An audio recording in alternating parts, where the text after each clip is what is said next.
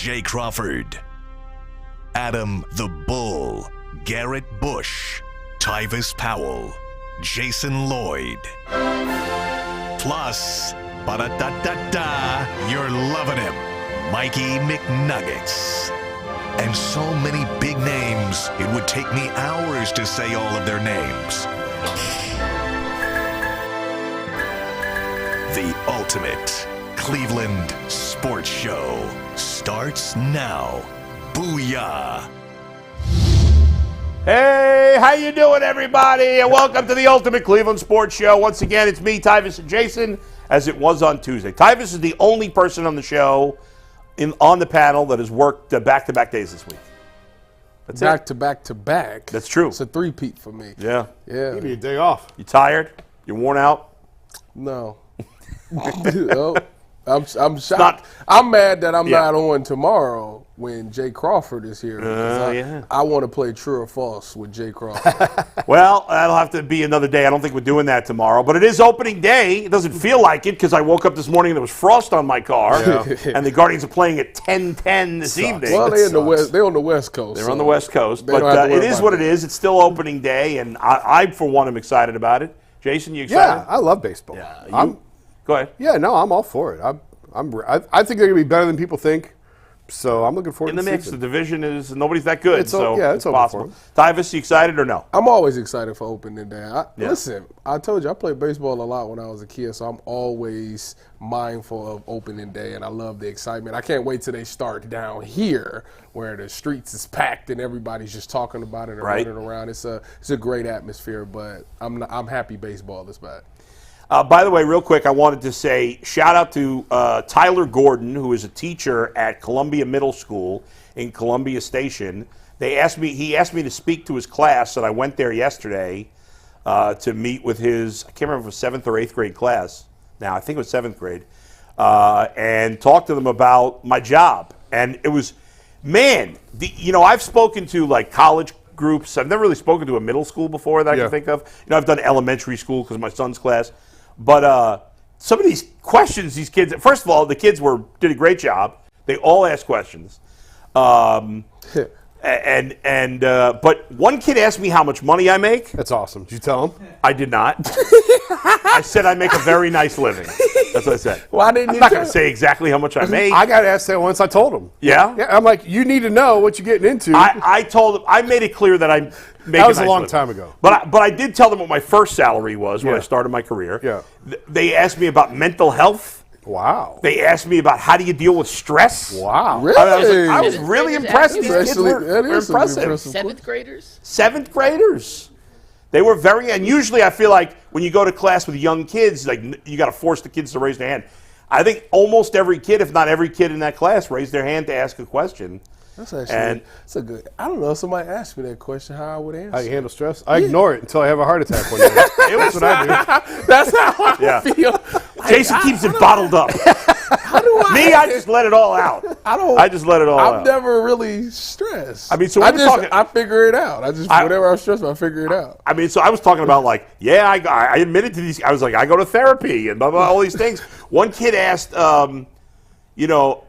should you take a job just for money? I mean, yes. This is really, Yes. I said no. If there's enough zeros on it, yes. Learn to love it. You got it. No, the answer is that, little buddy, it depends on where you are in life. That's exactly what I said. Yeah. Depends on that where is you are funny in that life. you say that because I said some people have to take what they can get, and if you got to, but I said if you have a choice, take less money. Yes. Hey, when I moved to Cleveland, right before I moved to Cleveland, I was offered a job in New York. Not doing sports talk. I was doing like sports reporting for a news station. And they offered me more money than Cleveland did, and I turned it down because I wanted to do this. Well, cost of living's a little different. That's true. That's true. But I didn't really. Why is it always variables with you? No, you're right. But that wasn't. It was more money. It better be. You're right. New York versus Cleveland. But it wasn't. That wasn't the reason I did it. All right. Thank you, Bull. What? Because you would have did it. Well, no, that's not true because I had a chance for more money to go to LA, and I told him with LeBron. Yeah, and I said no. You didn't want to hang out with LeBron? No, I'm done, man. I love the guy. He's done enough hanging with LeBron. I'm done. It's exhausting. It is. I aged 27 years in those 4 years. It's like being president or hanging with LeBron. That ages you the most, more than anything else. So anyway, and the people at the middle school were very nice. The superintendent came by to say hi. And what was funny is at the end, the teacher was like, "Can you take a picture with this one kid? His dad is the basketball coach. He couldn't be here, but he's a huge fan, blah, blah." I'm like, "Sure." The kid comes over. He must have been 6 inches taller than me. And he's in like seventh grade. This kid was huge. He was over 6 feet tall. Wow. In the 7th grade, I was like, what the hell is going on here? What are they doing at Columbia Station? What are they feeding these kids? Anyway, it was a nice time. It was a nice bunch of kids. Tyson's chicken. I guess so. Tyson's chicken. Mike. That was not what I was expecting when you said you wanted to tell us about your speaking engagement yesterday, but I'm glad it went well, Bull. Well, what did you expect me to say?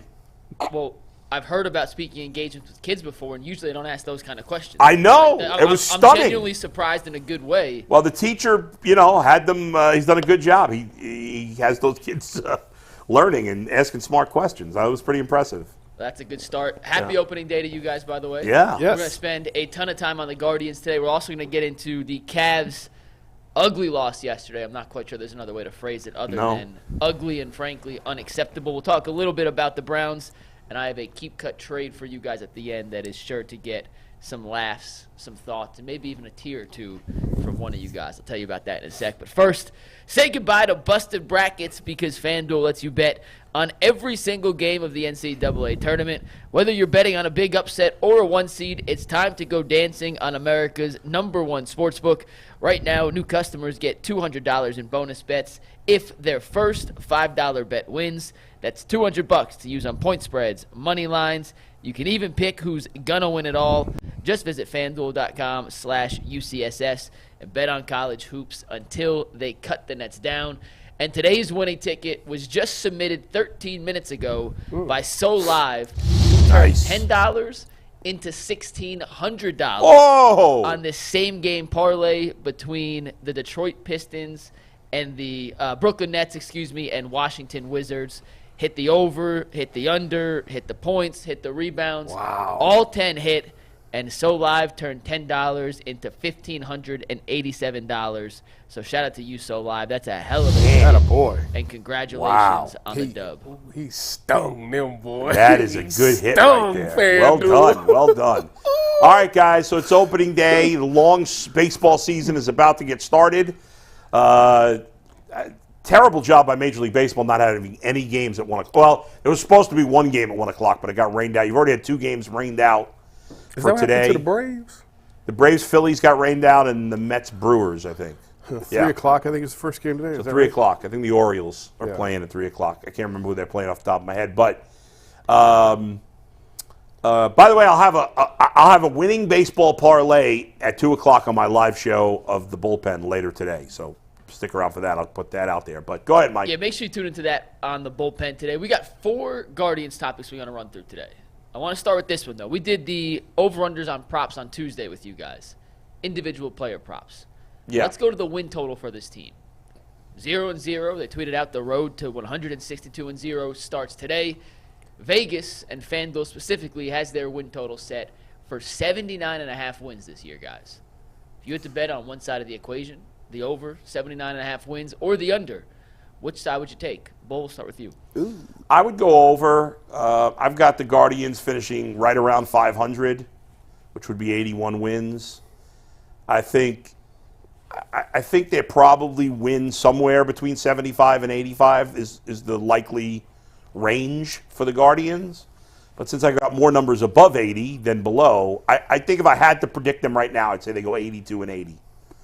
And so I'll say just over. Part of that's because the division's, it's getting better, but it's it's mediocre though. I think nobody's very good though. I mean, there's no World Series contenders here. No. The White Sox stink. Yeah. But the other 4 teams are all decent. Yeah.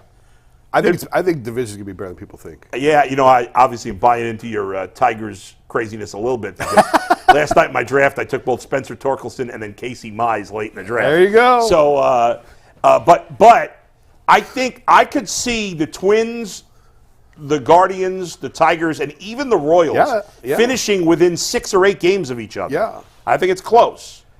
I would take the over on 79.5. That's easy to me. I don't think they're going to have a losing record again. I actually think they're going to be closer to 85. Zach Meisel makes fun of me all the time that I'm always a little bit more bullish than even bull on the Guardians. So I really like the rotation. I don't think they're that far away. I agree. We talked the other day that they overachieved a couple years ago, and they did. But they underachieved last year. They did. And they can flip this. They're not that far from flipping this. If they could just figure out a couple of positions, they could easily be in that 82, 83, 84, 85, even maybe a little bit higher win total because of how good the rotation is and the bullpen. So I like where they're at. Now, I do think the division's better. I do like the Tigers this year. I'm down on the Twins, but I'm down on the Twins every year. I never like Minnesota. I like Kansas City as sort of a surprise team. They're not going to win 90, but I think Kansas City's going to be better than people think. Yeah. That lineup is not bad, and their pitching's getting better. They spent a little bit of money this year on the rotation. I think Detroit's coming. I think it's going to be a good division race, but I like the Guardians for around 85 wins this year.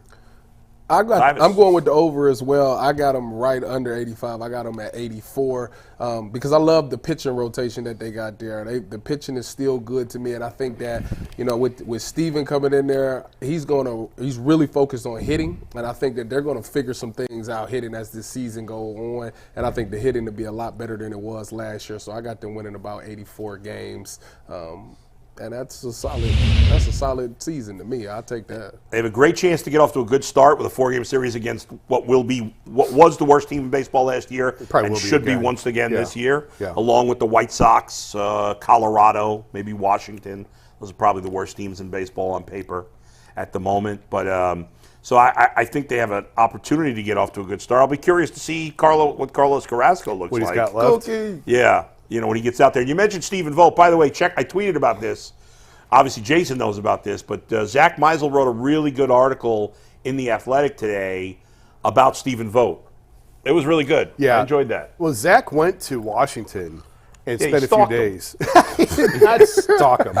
But he went to Washington during the offseason and spent a few days with them. Yeah. And go back and find the first piece that he wrote from Washington. It was terrific. And then he held some stuff back and dropped it today. Yeah. So, I mean, Zach does a great job. But I'm excited to see what Stephen Vogt's got in terms of being a manager. I think I'm curious to see how this goes because we've got more and more guys now who, it used to be if you want to be a manager, you had to go to AA, AAA, and you had to work your way up. Right. Now, guys are leaving. David Ross did it. Stephen Vogt's done it. Rocco Baldelli's not that far removed from his playing there's a lot of guys in There's recent years. Craig Counsell. There's more and more guys that are really Aaron Boone went from the field to the booth. And then he didn't manage in the minors at all. Was he playing just 2 years ago? 2 years ago. 2 years ago. Yes. Last year he was a bullpen coach for the Mariners, and now here he is as a manager of Cleveland. So this is sort of becoming a trend. And I never wrote about it, but I talked about it when I was at the winter meetings. The winter meetings in Nashville. I was just talking to some teams. They said, it's too early to say if this is going to be the new trend, but certainly there's more and more teams that are willing to give young guys a chance who are not that far removed from the game. Because, I think we're seeing nowadays that one of the biggest pieces of being a manager or a coach is how you connect with your players. Yes. Players are more, just as human beings, younger people are a little more sensitive now. I'm not even saying that in a bad way. I know a lot of older people say that in a bad way. I don't mean it in a bad way. I actually think I do too. I think it's mixed. I think there's good things about it, and I think there's bad things about it. It's good that young people tend to be more caring, but sometimes, there's good and bad in all of it. But the bottom line is, that's the way it is. Yes. And so it's important. You can't, like Tony La Russa doesn't work. Right. He don't work anymore. Right. You can't just start yelling at these guys. It's just, you Why can not? scuff. It got results out of me. Well, and it's a different sport also. True. But the point is, there's something about, hey, these feel like they can relate to this guy more, even beyond being sensitive and younger. There's a connection that you can make because this guy has recently gone through what you went through. And in Stephen Vogt's case in particular, he didn't have any easy path to the big leagues. No. He had to grind and claw and scrape and do whatever he had to get an opportunity. And when he got the opportunity, he took advantage of it. and actually made an all-star team for a guy who took for a while to get to the majors. And really, the entire coaching staff is significantly younger than Tito's staff. And Tito's a Hall of Fame manager. He's going to go into Cooperstown, and there's no debate about that.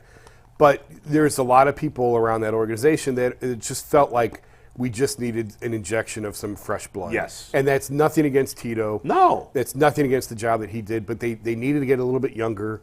Carl Willis is now the OG. He is very much the figurehead that everybody Sandy's looks still to. there. Sandy's still there. Yeah, but that's what the rest of the coaching staff is young. Are young. Everybody's really, really young, early in their careers now, starting out. Albarnez is sort of the new bench coach. He's really young, not far removed from playing. Yeah. Valleca, the hitting coach, he's been here for a couple of years now, but he's young. Yeah. So it's a very young staff. It went from a really old staff with DeMarlo Hale and some of those guys to a really young coaching staff now. I think that's exactly what they need.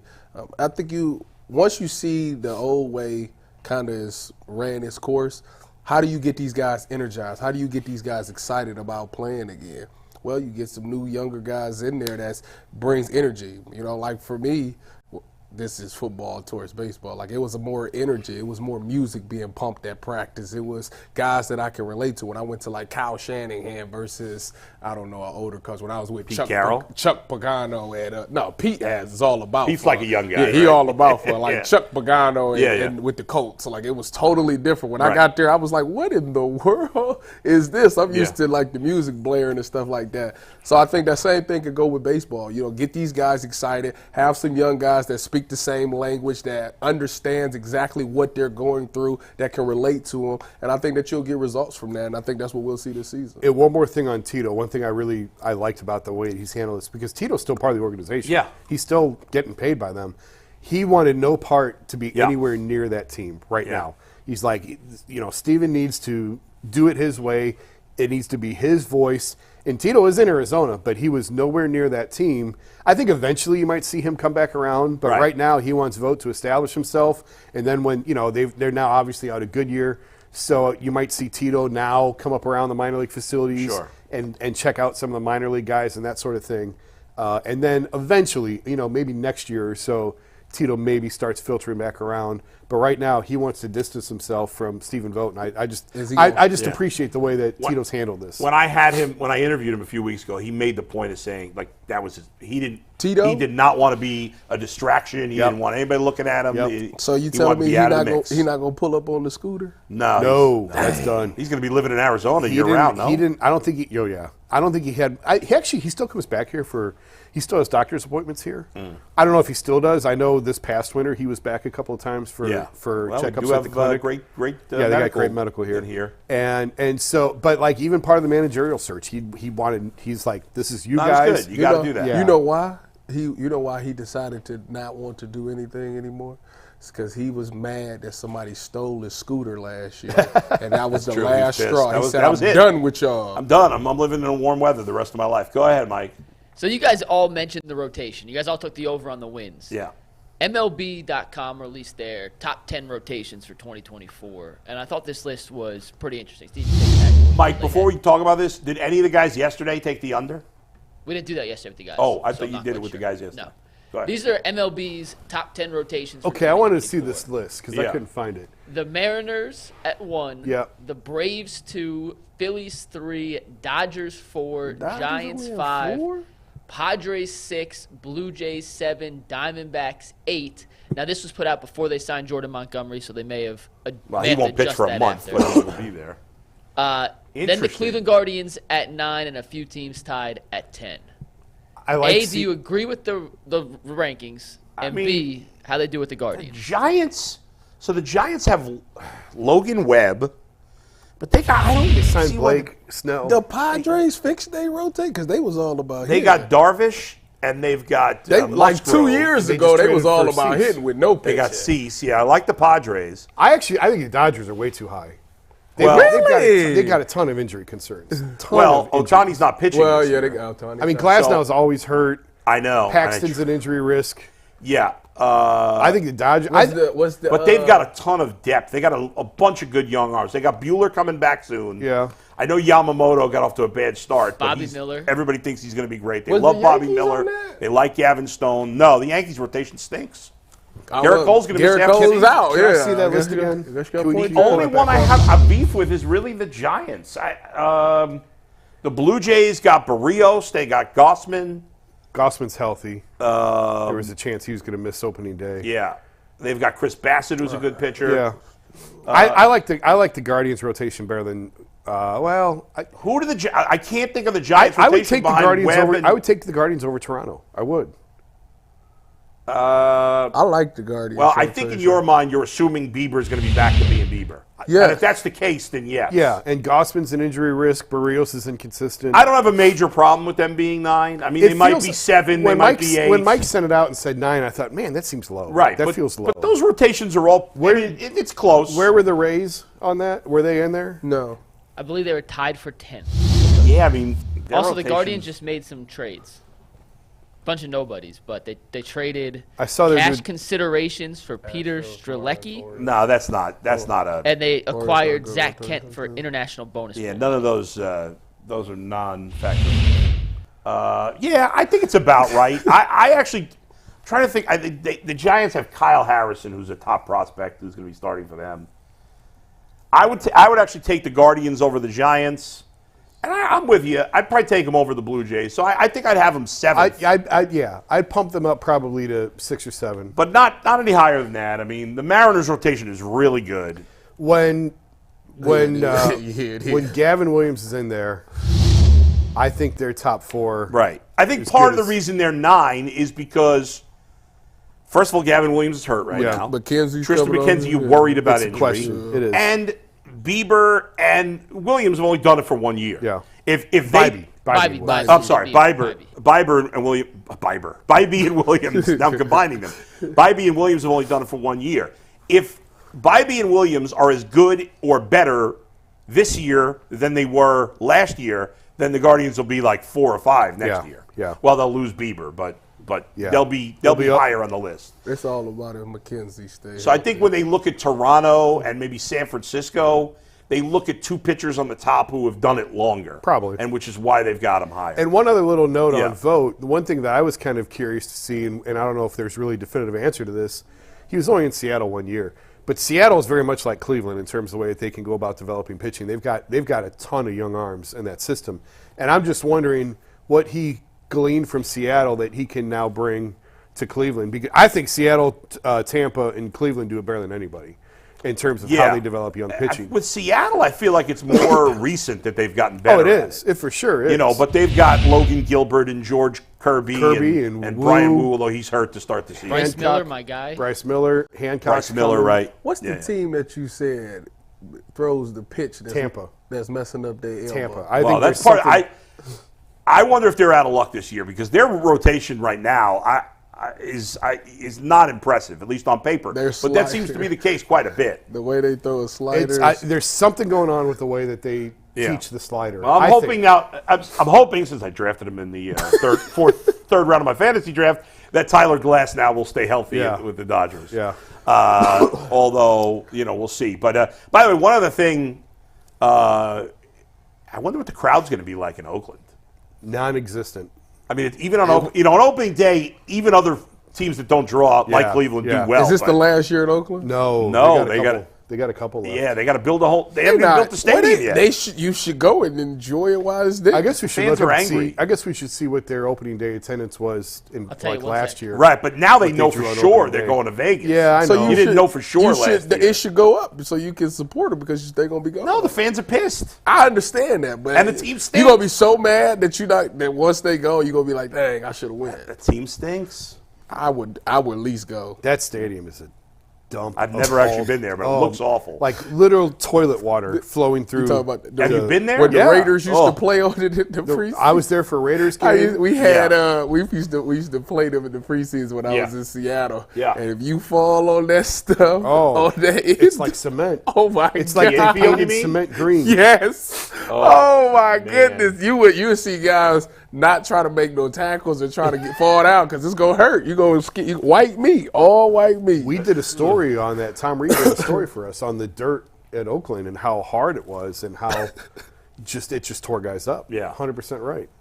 So I looked it up. Yeah. Now, this is an article published yesterday in the Mercury News Times, which is It's in the Bay Area. Yeah, Bay Area newspaper. This is written by Jason Mastrodonato. I want to read you the first three paragraphs. It's short. Ready or not, here come the Oakland A's fans. As early as noon on Thursday, fans are expected to begin lining up to enter the parking lot at the Coliseum. But many won't actually buy a ticket to the A's opening night game against the Cleveland Guardians, a sign of protest against the team's pending move to Las Vegas in 2028. While 26,805 people went to the team's opening game at the Coliseum last year, almost as many have already signed a petition agreeing to show up but not enter the game on Thursday while boycotting the owner, said Brian Johansson, founder of A's fan group Last Dive Bar and one of the organizers of this boycott. Quote, "This is going to be like Burning Man, but we're not going to actually set anything on fire." They already set the team on fire. Yeah, right. Yeah, it kind of sucks. It loses excitement. But I understand. I'd be pissed if I were an A's fan. Yeah. You know, I'd be pissed about that. But, you know, between the team being terrible and the team moving out of town, so. They need some clarity on that franchise. Hopefully now it seems like they have it. It's a shame that Oakland's lost everything. They had the Warriors gone. Yeah. They had the Raiders gone. A's gone. It's a shame because that's a great fan base. Yeah, that sucks. Go ahead, Mike. After this weekend's series against the Oakland A's, make sure you check out the Ultimate Guardian show with Bull and Zach Meisel. Coming up every Monday, 3 p.m. was the start time for last week. You guys will adjust the start We'll be time on on 3 a p.m. week-to-week again basis. this coming Monday. 3 p.m. on Yeah. Monday. It was a great first episode. All your Thank Guardians news. There's not two smarter baseball guys in the city outside of you two. It is a phenomenal show. Make sure you guys continue to tune in and check it out as we move forward throughout the season. And speaking of those Guardians, Bull, I asked you guys to send me in bold predictions. Each one of you guys give us a bold prediction. I want to start with Tyus and we'll work our way around the horn. Yeah. So, Tyus. Tyus said I was going to be mad about his. You ain't going to be bold mad. prediction. You just going to be like, you just going to brush it off. Well, it's got to be a bold prediction, so You're right. then that's fair. Because You're right. it's got to be something I don't expect. If I expect it to happen, then it's not bold. It's true. So, Tyus, do you want to give us your bold prediction My for bold the Cleveland Guardians? And to give everyone a context, Tyus will go, Jason will go, Bull will go. Then I asked Twitter to give us some. Okay. And I got a bunch of good answers from All Twitter. right. So we're going to go through a bunch of bold predictions. So, Tyus, start us off. My bold prediction is that the Guardians will finish top 15 in home runs this season. I know I That is said bold. I know I said top 5 before, and I said, you know what? Let me pull it back a little bit. A little bit. That's a big difference. A little bit. So I looked up the difference. I said, where was the Guardians last year? Obviously, they finished last. Who was 15th? Your Chicago Cubs. They had, I think they had 196 home runs. The Guardians hit what? They had 120? 124 or something So like that's that. roughly 70 more home runs. Yeah, they got hit. That's a lot of home runs. I was like, you know what? They can do it. I'm gonna tell you why they can do it. They got young blood in there. Stephen Vogt is saying, listen, if you ain't hitting, you ain't playing. So I think it's a huge emphasis on hitting this year. I think which means that these guys are they spent this whole offseason hearing about how they can't hit home runs, how I got to hit more home runs. So I think that focal point is going to get put to use. And I think they're going to hit a stride. It's going to be at some point in this season where they just going to hit a stride, where they just knocking them out the park. And I think that's going to help propel them. A lot of guys on this team has the ability to hit more home runs. I think we'll see that this year. I think it was a down year for a lot of hitters last year. I think they find that this year, get that back installed in there, and I think that they can get top 15. I don't dislike that at all. I think it fit the example perfect. It's an unlikely thing to happen, but that's why it's a bold prediction. So good job out of you. Thank you. Jason. I spent a lot of time on this. No, you did not. Mike texted me at 8 a.m. this morning and said, need your What are you bold doing? prediction. Let's go. And I said, I have my bold prediction. Miles Straw will lead the team in home runs. Did you say that? That's my bold Oh, prediction. You didn't come say on that. now. No. Mike, what did I text you? I'll read the text word for word. I refuse to make a graphic for this one. He said, Sorry, Jason. Jason said, hold on, let me think. Ay, ay, ay. He texted me back. Miles Straw leads the team in home runs. there it is. There it is. And then I immediately followed up with, Yes. that was for bold. I know. And then I immediately followed up with, Tanner Bybee will receive Cy Young votes this year. And it doesn't mean he's going to win it. Doesn't mean he's going to finish top 3. It means he's going to catch votes for the Cy Young. And I do believe that. I'm big on Bybee. he was sort of like the third of the three of Espino, Gavin Williams, and Bybee, but he's every bit as good as Gavin Williams is. I think he proved that last year, and I think last year was not an anomaly for these guys. Like they were highly ranked pitching prospects, all of them on their own. Keith Law, our minor league guy for The Athletic, who does a great job with evaluating minor leaguers, said before last year, like all three of those guys are top of the rotation type arms. So I think this is his coming out party, his big breakout year. And he finished second in Rookie of the Year voting last year. And I think he makes that next leap this year and gets at least some sort of probably top 12 or so for Cy Young voting. You see, I'm thumbs down on that because I don't think it's bold enough. Why is that a second-year pitcher? I'm about to say a second-year pitcher, but that catching Cy Young votes? It wouldn't, like, if the Guardians finish top 15 in home runs, I'm going to be stunned. If Tanner Bybee gets Cy Young votes, I'm not going to be stunned by that. Wait, we votes, like, what if one person voted? Does that mean that prediction? He's gonna catch votes. So you should have put a placement on Yeah, it. you should have said, like, he's going to finish top 5. Yeah. Cy Young, Top 10. 3. Top 10. Top 10. All right, go ahead, Mike. So mine is insane. It probably won't happen, but I wanted to go way outside the box here. Brian Rocchio will be an all-star this season. Wow. Hey, now, you're an all-star. Did a little white man's overbite there. It's the day. That's listen, bold. It's more likely he's not the starting shortstop by the All-Star game. Oh, yes, that's probably true. That's probably than he's true. in the All-Star game. But, you know, the Guardians have had no luck with these infield prospects. It's time for one of them to hit. It's time for one of them to hit. And I like what I've seen from Rocchio. I know he didn't have a great spring, but I like what I've seen from him in the minors. And I think he's going to have a good year. I think if the Guardians are going to be surprised good, there's going to have to be a couple of guys like Rocchio. I always want to say Rocchio. In my mind, I want to say Rocchio, but it's Rocchio. And so I think he has a really – now, it'll be tough for – even if he has a good season, it would still be tough for him to be an all-star. There's a lot of good shortstops. But you got to get crazy once in a while. Yeah. And so there you go. So Brian Rocchio, an all-star for the Guardians. If he's an all-star, I mean, that helps my That prediction. helps your prediction, yeah. It helps I went bull on this one, yeah. All right, Mike. Did you make one, or did you guys make one as a team, or just you got the fan We ones? didn't, but we got a bunch of fan ones I want to get to because some Okay. of these are really good. So I tweeted out this morning, it's opening day. Drop your boldest predictions. We'll share some of them on air. Here's the first one. We got a bunch of these. So Steve, take tag board full, and we're going to run through them. First and foremost comes from Jordan Ligas. He says Jose knocks out not one but two players this season. It leads to an unfortunate outcome for the Guardians as he leaves baseball and joins MMA. I like that one. That's a thumbs up for Jordan. Yeah, that's pretty good. So we'll That do is thumbs bold. up, thumbs down on the bold predictions. All Yeah, right. So that's- that I one gotta gets throw a But thumbs yeah, up one last from year, the so he panel. got a double what he did last Got year. to knock out two guys. All right, Tim hey, let's go Anderson to was the so next scared he went to the National League. Knocked him out of the American Yeah. League.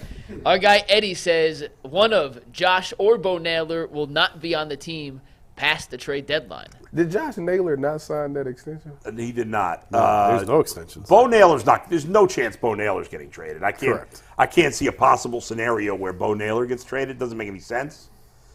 Josh Naylor, could he be traded? It's possible. I think it's unlikely, but it's possible. I suppose it's possible. Yeah.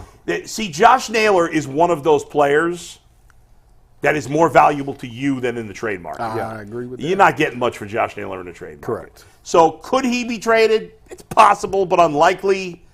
The way Bo he Naylor's gets traded, no chance getting traded. The way Josh gets traded, I guess, is if Manzardo really emerges as a first baseman. Yeah. And then another hitter comes out of nowhere Right. to fill the DH slot. Yeah, but still, like But they even need- then- yeah, I mean, Yeah. I don't know. And a guy who's going to emerge is probably a young guy, so he's more likely to be able to still play the field rather than be a DH. I think it's unlikely. We need But I can't see any scenario that makes sense for a Bo Naylor trade. The only way you trade Bo Naylor is if you were going out and buying a superstar. The Guardians don't do that. No, and they have no other catchers ready in the system. No, and that doesn't make any sense. No. I guess if you want to open the DH, I'm really reaching here. Yeah. If you want to open the DH slot and rotate guys through it, Fair, you could. You could do that. But I don't think you'd trade Naylor away for that reason. No, I just don't. The see Guardians need a Ellie De La Cruz story. That's what they need. They would between now and the trade deadline, they'd have to have so many hitters emerge that they don't have room for all of them. Yeah, that would. And that that doesn't seem Don't laugh at that. That seems That means that they're going to finish top 15 in Well, home run. if they hadn't traded Nolan Jones and Will Benson, Oh my God! they'd be in that and position. if was a fifth, Nolan we'd be Jones broke. would look so sweet in this lineup right now. Go ahead, Mike. Well, it was a bold prediction, so at least Eddie It was. on the side. Yeah. All right, next up, speaking of Kyle Manzardo, Andy Paccioni says Manzardo wins AL Rookie of the Year. That's a bold prediction. You got Wyatt Langford, who's starting the season in the big leagues with the Rangers. Evan Carter. You have Evan Carter, who's starting the season, both top prospects, also with the Rangers. Jackson Holiday. Who's starting in the minors. Yeah, but he'll be up. But he'll be up soon. Junior Caminero will be up in a couple weeks round. from the Rays. Yes. How do you think Junior Caminero would look in this lineup? Well, yeah, I mean, you could have Caminero, Benson, Nolan Jones, and Yainar Diaz. Yeah, all in this. All in this lineup. And Yandy Diaz. So that's a little longer down the road, but yes. Next bold prediction comes from Billy Baller 2, who says the Guardians have the most regular season wins in baseball by the end of April. Not impossible. I mean, it's 1 month. by the end of April. Okay. I thought he was. That would be good. That'd be exciting if that were the case. To create some Guardians fever. That would be nice. They always got off to slow starts under Tito. Always had That's true. crappy Aprils. Well, wait. They were we second start half off with team. the A's. Then it's who's after? Last year. Then they go to Seattle. Ooh. And then they have one more. They have three. Then Minnesota. Then they go to They have Minnesota. 10 games before they come Right. Yeah. I don't like the Seattle. This thing, next but the other one one's is good. a multi-part prediction, and it is quite bold. Are you ready? Yes. Kyle Erickson says Jose hits 35 dingers, Josh Naylor hits 25, Bieber wins Cy Young, and the Guardians extend him. That's pretty bold. The last part is you the lost one me. that- Yeah. You lost me at the end. It's Up the until then, I'm like, funniest. that's not. That's all right. 35's a little high. It's a little aggressive, but that's within I mean, reach. it's bold, though, the whole thing. Extend But the That's least likely part, of hilarious. course, Yeah, is the extension. it all unraveled at the end there. It's like Yeah. when you try to hit a parlay and it's that one at the bottom that you're gets like, you. "Yeah, should I do that one also? That's the one at the bottom that I gets should you. leave that one out. That They are is so. not extended. That is so cute. They go extend. I mean, the him. rest is not crazy. Bieber already won a Cy Young. Bieber could win the Cy Young. Naylor could hit Certainly, 25. Ramirez could hit 35. Yeah, that's so In cute. fact, if Naylor stays healthy for the whole year, which he's never been really able to do, I would think he'd hit it 25. Sure. Extend him. 20-25 range. I'm gonna for be sure. thinking about that for the rest of the show. Extend him. Yeah, that part's not happening. Sad that we don't. Now, listen, I don't think it's crazy to not want to sign Bieber because I don't like spending big money on 30-year-old pitchers. It doesn't often work out well, but still, it's sad that we know that that's impossible. I got one more via tag board. I'm going to read two more, then Anthony has one he wants to chime in with. Okay. Then we'll hit our last Guardians. That's got to be an Austin Hedges one if it's Anthony. I'm not giving anything Okay. away. Matty Ice 13 says Paul Dolan will spend more money on fireworks than actual payroll by the end of the 2024 season. Now, I'll say this. It's going to be close. It's going to be close, but I hear that he has a cousin that does the fireworks at half price. Cousin Eddie. Yeah, Cousin Eddie does. Speaking of which, he's going to be in Cleveland in a couple of weeks. Oh, Cousin is he? Eddie. Yeah, he's at Comic-Con. He's appearing at Comic-Con. I did not know that. Yes, Cousin Eddie will be here from vacations. It's a lot. I'm sure these young people don't know what the hell we're talking about. Yeah. So he gets half price fireworks. You know, he drives them in his car. He's got a '76 Cutlass, and he drives them in his car, and so he spends a little more on payroll, little bit, tiny bit more. I'm going to read a couple others that came in after we grabbed the tag boards. Just going to read these. Brett at Try to B says the Guardians will completely suck due to the crappy Central Division, but still trade Bieber at the deadline to cut payroll. Yet back into the playoffs to be bounced in round one again. New skipper, same old He tricks. said they're going to suck, and then he said they'll make the playoffs? No, won't completely suck. Oh, won't because of the completely division. suck. Read it again, because I was confused. Go ahead. The Guardians will not Aha. completely suck due to the crappy Central, but still trade Bieber at the deadline to cut payroll, yet somehow back into the playoffs just to be bounced in round one again. Well, that New sounds like skipper, same old tricks. Oh, so that's a typical year. Honestly, I surprise me. almost trade Bieber at the deadline was almost my bold prediction, but that wasn't really that bold. No. Because I do think he's going to be And down. the Guardians have showed you before that even when they're trying to win. Does that make sense? I don't know. that they will still trade pitchers that are on contract. Yeah. And they extend him. Hilarious. Next one comes from Z_Cle Sports. Guardians look like the 2022 team. 90 wins. Jimenez +7 WAR. Jose 30+ home runs. Bybee finishes top 3 in the Cy Young, and Laureano hits 25+ dingers. I mean, that's bold. That's very. Bybee top 3 Cy Young. That is very bold. Bucks Laureano Burner. hit 25+ home runs is bold. Bucks Burner is agreeing with you. Brian Rocchio, 15+ homers this season. Tim, the Timinator 45, says Guardians run away with the division. Young talent sparks a playoff series win. I mean, that would be a surprise if they them winning the division. That's certainly possible, but running away with it, that would be. I'd be shocked if that happened. Jeremy says 95 wins, you can book it. That is J. Coos 83. 95 wins. They win 95. Votes winning manager of the year. Wait a minute. Has Tito ever won 95? Yes. Oh, they yeah. won the year after they went to the World Series, they won 101 or something, right? What did they win in 17? They won had over that 100. 20-something game winning streak. Yeah. That was so fun. Yeah. That three, oh my God. That was the most fun stretch of regular season baseball. Yeah. And I mean, that was just awesome. Yeah. That following that Some of every those day. comebacks. Two more Yeah. real quick. Two Yeah. more. And then I'll let Anthony chime in. At R. Kuzimer says, bold take, the Dolans actually spend money on a bat. When? And Steve Becker. When are they going to spend this money on a bat? I don't know. That's why it's a bold prediction. I mean, Tommy Pham is still a free agent. You want to sign him? Extend Our him. trusty EP, Steve Becker, says, my bold prediction is that Bieber will remain with the Guardians and sign an extension. Y'all gotta, Steve, stop Yeah, it. look at Steve. Extend. What does he know? He's not a Clevelander. Extend. That's bold. him. Yeah. And Anthony, chime in. Let's hear your bold take. Hedges is going to have a 2.7 batting average and hit 10 home runs. Did he say a 2.7? He said 2.7. Yes, he A did say 2.7. 2.7. What is a 2.7 You bat? mean 270 Or Yeah, 027. 270. or 0.27? No, 270. What's more likely? Hedges hits .027 or 270? .027.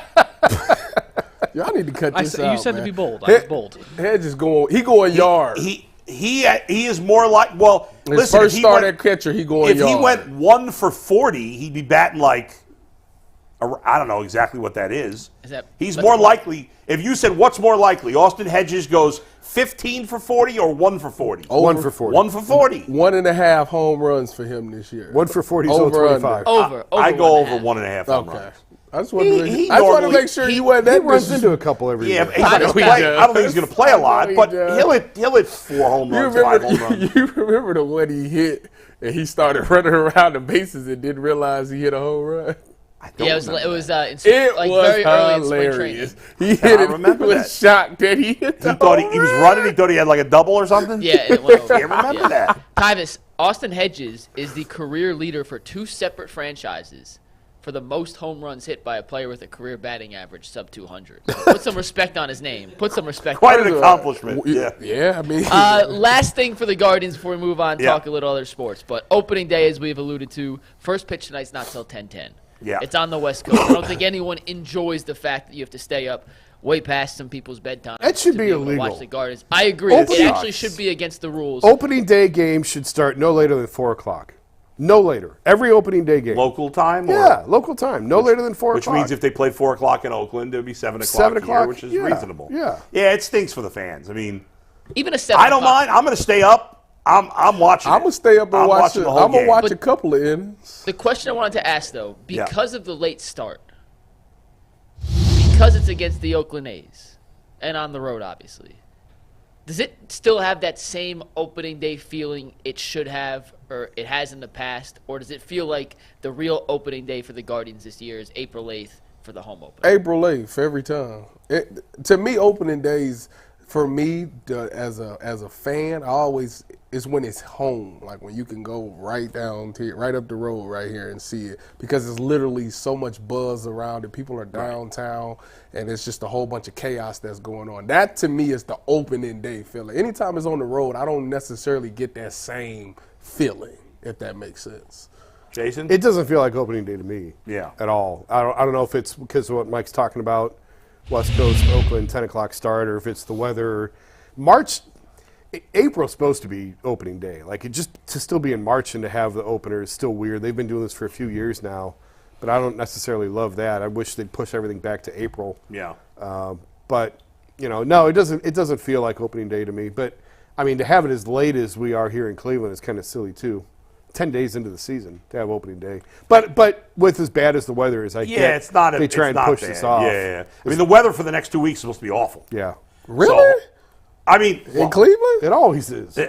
Let me look that up. You said that surprisingly. It's late March, early April. I'm ready for 70s. I'm sick of this 50. And I know, 40 we're all bull sick of it, but BS. it's Cleveland in late March, early we April. had more 60 You lived here your whole life, most of your life. Well, everything is different. When I was a kid, it snowed. It snowed in December. It didn't even snow this year. We had one measurable snow the whole winter, which so I'm if it's gonna change, me too. If it's gonna change, then change this weather. Give me the 70s. That never changes. Come on now. Well, we had when I first came back from Florida, early March, there was like a week. It was really nice. Yeah, they keep teasing us. In the 60s. And then we had that one nice Monday was nice, but the rest of this week stinks. Next week looks terrible.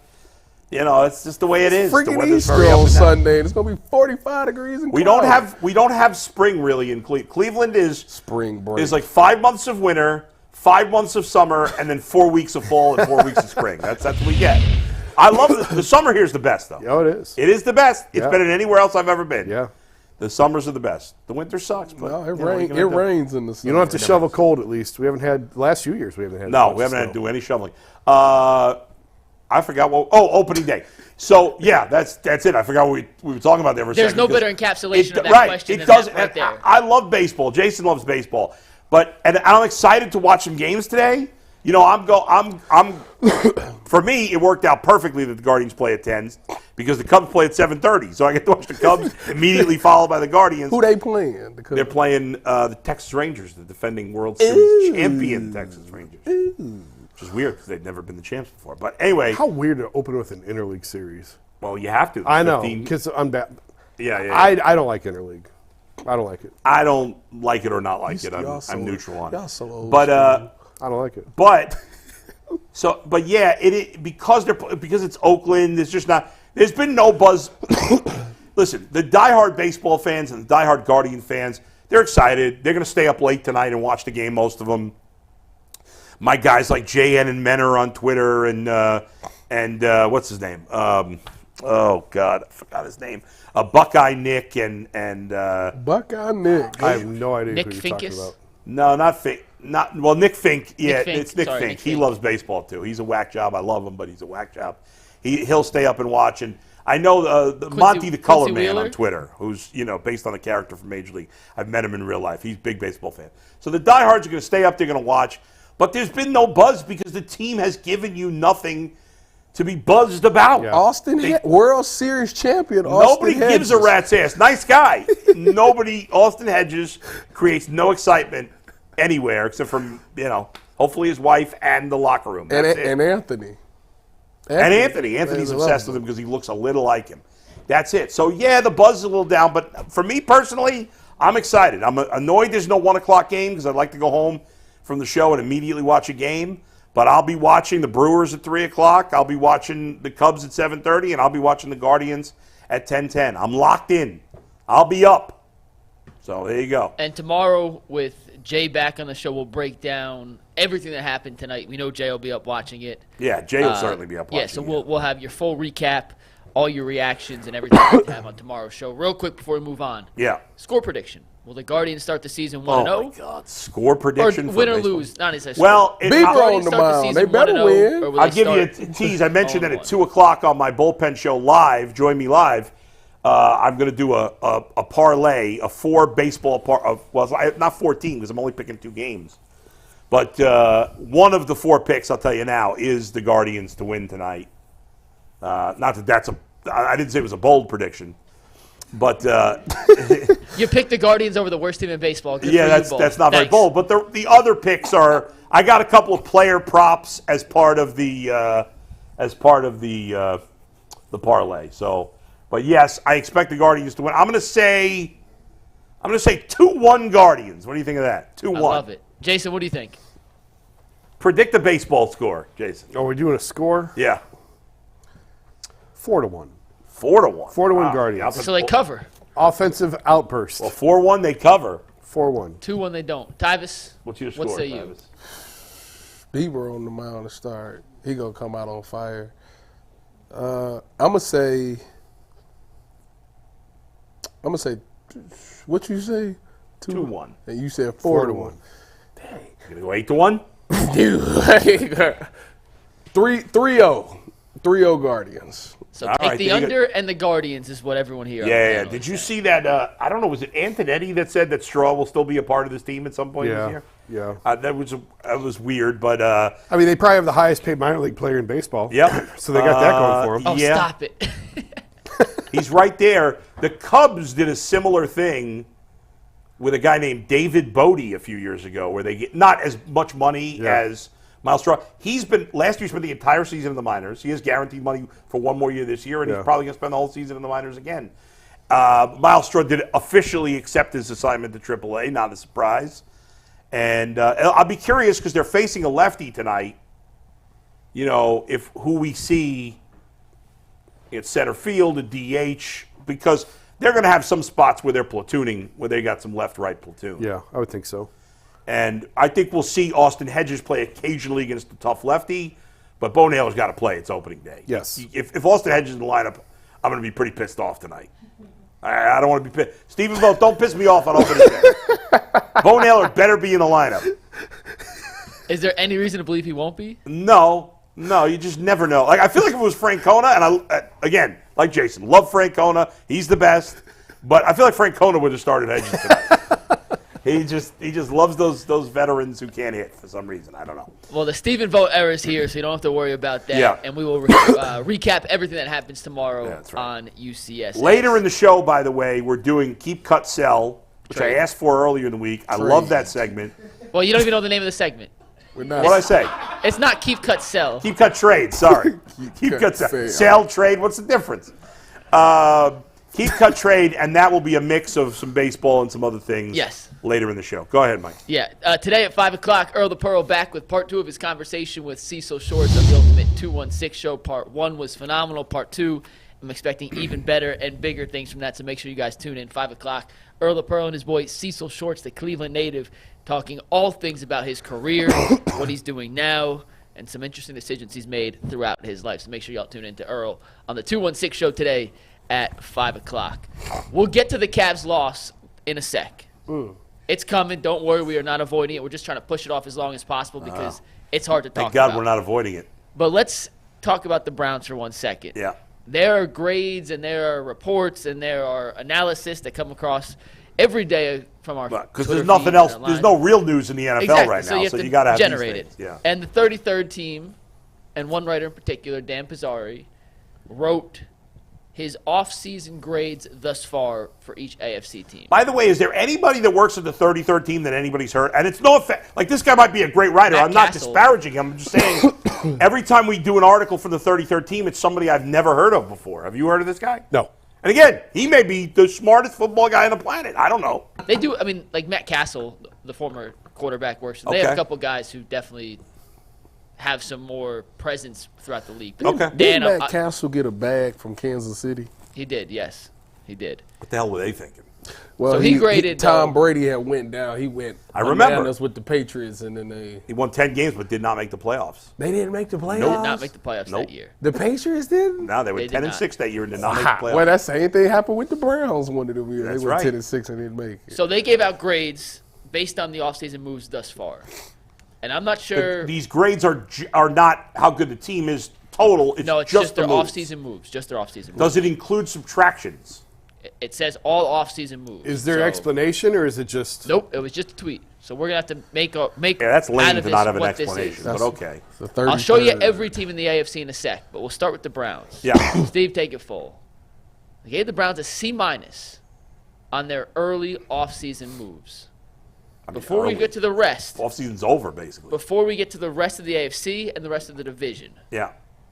a C-. Does that seem fair? Too low, too high? Well, we gave grades. And no one gave him a C, which is why What did this I give him? particularly A stood B out. minus? Give him a B or B-. I mean, I think when you cover a team, maybe you tend to be a little biased in their favor. Probably. I don't know. I mean, I think the Browns had a better offseason than a C-. What do you think, Jason? I think they probably got dinged for the Judy extension. Yeah, but that's just money. That's not. It still counts I don't as. know. Yeah, I guess. The Judy, I guess, trade and extension, although they gave up nothing for him. I don't know. Yeah. I certainly would give him a C-. I think I gave him a B or somewhere in the B I think I gave him a B or B-. I think that's too low, Tyus. Yeah, the C- is kind of, it's a little absurd because the thing is, everybody's mad at they didn't make a ton of moves. They re-signed some guys that they wanted to re-sign. But when you look around the roster, they didn't really need to, outside of the wide receiver position, there was nothing, a really glaring need that you needed. So all your guys is coming back going to be healthy, your key guys. So I don't understand. I mean, you could argue, if I'm trying to, play the other side of this. Yeah. I got the explanation, by the way. There actually was an article. Do you want to hear the explanation? Well, let me just, okay, I was going to say you could argue they could have, instead of just bringing back mostly the same guys on the D-line, that they could have, gone after somebody better. But go ahead, Mike, yeah. This is from Dan, and there actually wasn't, the tweet did not include the link, but they did write an article. The Cleveland Browns' biggest, and this is from the article, I'm reading this off my phone. Okay. The Cleveland Browns' biggest swing was acquiring Jerry Jeudy on the fifth-year option for 2 late-round picks. This could be a low-risk trial period to see if Jeudy could develop as a number 2 receiver next to Amari Cooper. However, Cleveland then signed him to a 3-year extension, though the exact details remain unclear. To avoid quarterback crisis from last season, Jameis Winston and Tyler Huntley were brought in on cheap deals to serve as their second and third quarterbacks on the roster. Bringing back Zadarius Smith might have been the biggest win of the offseason. Defensive depth was also added in Jordan Hicks and Quentin Jefferson. But here's what's still needed. Few of these moves matter if the quarterback play is not good, which is the Browns' reality right now. To a lesser extent, they did something similar with the Jeudy contract to ensure that at least one receiver was locked into the roster for 2025. But Jeudy is disappointed during his career, and Cleveland has already priced in the improvement the team hopes to see from the former first-round pick. I don't understand what the negative was there. He did.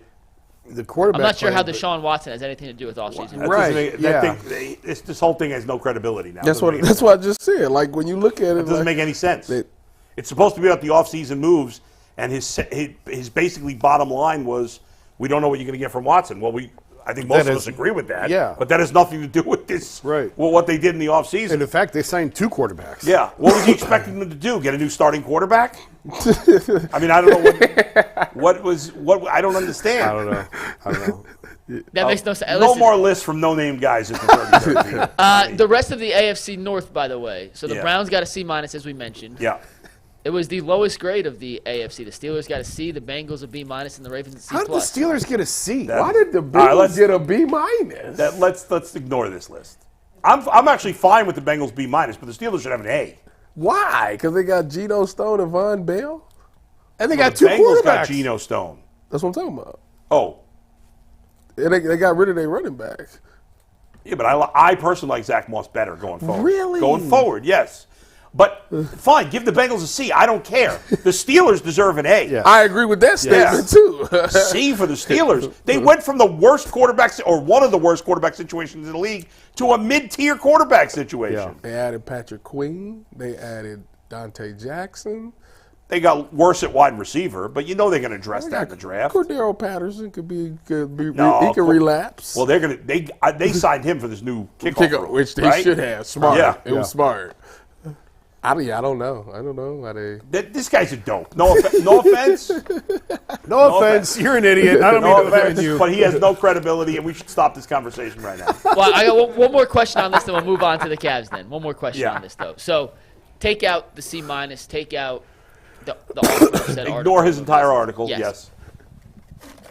Do you think, and I hear Earl laughing this on the side, because it is funny that I didn't see the article. Had I seen the reasoning for the article? Yeah, that was ridiculous. I was trying to think of the reason why he would give it a C-, just playing devil's advocate, to your point. Yeah. Maybe he thought the depth of the defensive No, line was a bit in improved. fact, he loved the Zadarius Smith move, which is the move I like the least of the Browns moves. He seemed to get doesn't mean I'm right, but he knocked points off for the extension, which again isn't really an offseason. yeah, I don't. It doesn't make any sense. The guy's a dope. Acquisition. Go ahead. So what I was going to ask, though, when you look at this in totality, and if you want to include the Jeudy extension, sure. If you don't want to, you can take it out. Are the Browns a better football team today than they were on January 11th, the day after the playoffs? Yeah, as long as everybody's healthy. Well, you said about every team. I agree. Yeah. I mean, But they address the biggest need that was. I'd say they're equal or better everywhere. It depends on Judy. They're better at wide receiver. Yes. I could argue. Well, not argue. You know what? I'll say they're slightly worse at tight end because they had Harrison Bryant. Now they haven't replaced him. You know what the biggest thing that we don't talk about? What? That could be the biggest impact? The offensive staff.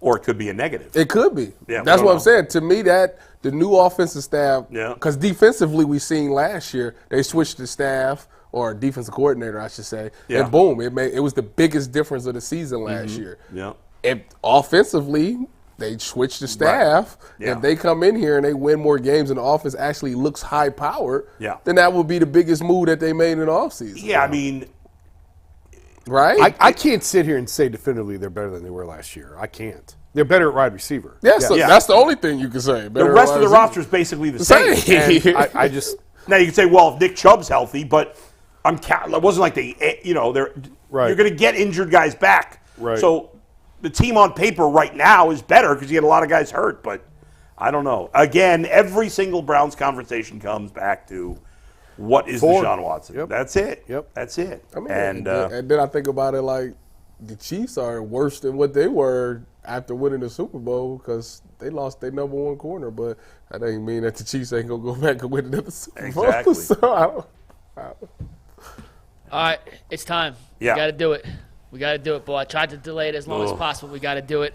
I'll even delay it 1 second longer with a quick word from FanDuel. If you're saying goodbye to your busted brackets this spring, because FanDuel lets you bet on every game of the NCAA tournament, whether you're betting on a big upseed or a big upset, or a 1 seed, it's time to go dancing on America's #1 sportsbook. And right now, new customers get $200 in bonus bets if their first $5 bet wins. That's $200 to use on point spreads, money lines. You can even pick who's gonna win it all. Just visit FanDuel.com/UCSS and bet on college hoops until they cut the nets down. If you have a winning FanDuel ticket, especially from March Madness, make sure you guys send it to us via Twitter or email so we can feature it on the show in the coming days. It was ugly. It was unacceptable. There's really not any other words I have to describe what happened last night in Charlotte between the Cavaliers and the Hornets. Jason, I'll ask you first. We texted before the game. I said it would be the most Cavs move ever to hear the news of Donovan Mitchell coming back Friday, to have the momentum of Strus coming back last night, to lay an egg and lose that game, and it came to fruition. So if you want to say I jinxed them, my bad, hand up. But there's no excuse to lose to Charlotte on the road, a team that hadn't scored 100 points in 5 games in 2 full weeks. They had 100 after 3 quarters. Offensively down the stretch, the Cavaliers were non-existent. It was frustrating to watch, and with the loss, the Cavs have fallen into the 4th seed, surpassed by the Knicks. What the hell did you make of that performance last night? awful. They're in a bad spot right now, and they're running out of time. And I don't want to keep repeating myself, and I don't want to keep digging up the body just to bury it again and having the same conversation over and over again. But I don't know if there's enough time to salvage how far they need to go, and certainly getting Donovan back is going to help. And hopefully here these last couple of weeks that they're going to get all their pieces back. But it's a lot of triage that they have to do in a short amount of time. Actually falling to 4, catching Orlando, considering some of the other options, that's not terrible. I think they can beat Orlando in a first-round series. But now you're setting yourself up for what? Boston in round 2? I mean, does it matter in round 2? Whoever they play, they're going to lose to in round 2. Probably. Even if they somehow win in the first round. Probably. I don't think they're better. I've said all year I don't think they're better than Boston or Milwaukee. But, yeah. No, and they couldn't beat the Knicks either. They're probably not. No. They're What about the Heat? There's a couple of teams right now that I feel really good about. Orlando and Indiana. I feel really good about them against Orlando and Indiana. And that's about the extent of that list.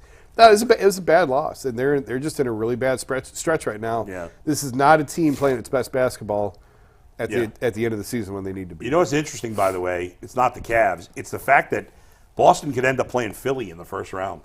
That would be something. Or Miami again. They're probably going to play one of those two teams. It could end up being Indiana, but it's very likely to be either Miami or Philly that Boston's going to have to play in the first round. The Cavs are unwatchable. Dang. And honestly, if Donovan Mitchell were not coming back, there'd be no reason to watch another regular season game for the Cavaliers. Dang. They have, 60, 70? They have 9 games left. Yep. I wouldn't say unwatchable. They are unwatchable. I would say, listen, first of all, They're terrible. I would say, yesterday was bad. Like, Oh. defensively, they look horrible. And it's sad because it's like all JB, like, focus on defense, and they just look terrible. And the stars, now you talk about this core 4 thing, you had 3 of them that played in this game? Mobley. Everyone but Mitchell. Darius was terrible. Darius was terrible. Mobley was. None of those guys are stars. Let's stop. But Darius, They're not stars. They have one star. But this is the thing with Darius. Darius had a double-double yesterday. I don't care. But he shoots horribly from the field. It's unbelievable. So don't call. By the way, you can't call Garland, Mobley, or even Allen, who I love, stars. None of those guys are stars. There's no core 4. That's embarrassing to even say it. It's almost as embarrassing as the stupid junkyard dog. It's almost as embarrassing as what's their hashtag again? Let them know. Let them know, which is embarrassing. The whole organization is disgraced right now. You're going to see that. Coach is getting fired. Kobe Altman, who should never had I apologized to him last year. I said I was wrong about him, but I was actually right. Jason was right. Everybody that killed him was right. He don't know what he's doing. He's getting fired at the end of the year. And Donovan Mitchell's gone. Stop conning yourself into believing he's going to stay here. He's going to be traded at the end of the season. The Cavs are going to lose in 6 games to Orlando. That's going to be the ultimate embarrassment. Don't say that. JB's going to, get a job working at Target next year, and I don't know what else is happening. That's it. Dang, boo. Yeah, I'm too They harsh. got you. Listen. This team just sucks. When they went on that 18-2 run, I finally gave them a everybody was like, "Oh yeah, it looks Let's face it, they beat nobody. They beat mostly bad teams. The teams like the Celtics and the Bucks don't take the regular season seriously. But you know what the funny thing about the Cavs is? Yeah. Who they play next? Philly. They go out there and beat Philly. They go out there. Then they'll play the Lakers. They'll beat the Lakers or something like that. They're wildly inconsistent. Yeah, they'll go out here. They'll drop the game to Charlotte last night, but then they'll go out there and beat Philly tomorrow. It's like ridiculous what they be doing. I don't understand. Philly's not that good without him. Okay, they're going to be. Yeah. They got it was only, when we did it yesterday, it was 4 games that we said is a guaranteed win, and they already lost one of them. The other 6 was coin toss. How would anybody think they're guaranteed wins? Because it was Charlotte, Charlotte's Memphis. trying to tank. Yeah, Charlotte, lose. Memphis, and I can't remember who the other Yeah, but team when you was. talk about the players are not trying to lose, Mike. I know, but that's a game. It's the second worst team in the East. You're competing can't for the lose top that 3 game. spot. You can't lose cannot that lose game. that. No. I'm saying there's no guaranteed win. The wins the way the Cavs are playing. That should should be. be a guaranteed win. Charlotte, Memphis. With the talent the Cavs have on the roster. Yeah. Well, They're not playing up to their. No, they're not. You know how They're not. last That's week, the or point. maybe it was, I don't remember, it was Tuesday or last week, you were talking about Karis LeVert. When he's hot, he's amazing. When he's cold, well, he was awful yesterday. Yeah. The whole point of this Cavs team was that they were built, and we had the same conversation probably a month ago. Without Donovan, this team still has players that should allow them to compete. Maybe not with the Bostons and the Milwaukees, but that should be a middle-of-the-road NBA team to take Donovan out of this roster. Yeah. And you know what? Without Donovan this season, they have been bad, and it's on Darius for not being as consistent as they need him to be. Yeah. It's on Evan, and injuries have played a part of it, whatever, but he has not taken the leap people have expected in year 3. Jarrett's been everything you could have asked for, but the collection of guys, and if you want to blame coaching for it, if you want to blame whatever reason you want to blame, without Donovan, this team is not good. And it should be significantly better. And one guy you keep giving a pass to because you were hyping him up earlier in the year is Isaac Okoro. The guy's a fraud. He's a nothing player. You overhyped him, Mike. He did the same thing last year. He played. Wait, I missed what you were saying. Okoro, total fraud. He was you know, he was we one did for this one last from year. 3. He had like a month last year, remember, where he played great. And he did it again this year. He's a fraud. How is He's he a nothing player. He's a jag. He's He's a total jag. We said that he needed to shoot threes. He was 100% last night. He does nothing. He was nothing. 1 for 1. Listen, at the end of the day, What draft was that? last What year, year was that draft? Last year in the playoffs, the biggest concern was we have no shooting. The crazy thing is, if you look at last night, all the people that they acquired to shoot shot well. Strus, 5 for 10 from Trey. Yeah, Dieng, 4 for 5, and Sam Merrill, 5 for 11. LeVert and Darius went 2 for 30. Well, that's that's totally different. What year was Okoro drafted? Was it 2001? No, that was Definitely Mobley. was in 2001. I can assure you that. That was pre-LeBron. Mobley has not been in the league. I'm sorry, 2000. I meant 2021. All right, no, it's 2020. It was 2020. When was he drafted? Brandon Miller 5. went for 31 last night. Oh, he ain't. Has he went for 30 since he been in the league? They drafted him. They drafted him 5th. Isaac Okoro. He's a nothing. You could have had Devin Vassell. You could have had Tyrese Halliburton. They let that man. Maybe he figured. What do you got to say about that? You know? Your boy Isaac Okoro, Mike. He stinks. Who we could have had? He doesn't stink. He doesn't stink. I'm exaggerating. He's a total jag. He's a jag. No? We will know about him in the playoffs against Orlando when they leave him open for Trey. They could have had Tyrese Maxey. Got drafted 21st. Could have had Halliburton. Yeah. I mean, Could have Halliburton. I said Halliburton. Devin Vassell. Vassell. Who cares? They could have had him. It was a bad game last night. There was no defending anything that we witnessed last night. Offensively down the stretch. Jason, I have a question for you, actually. Wait a second. Before you ask a question to Jason, first of all, in that draft, the last pick of that draft, you know who Mr. Relevant was in that draft? Your real boy. Sam Merrill. Yes. And then Brooklyn drafted a guy named Jay Scrubb. That's got to be the worst. If your last name was Scrubb and you're a professional athlete, how do you not change your name?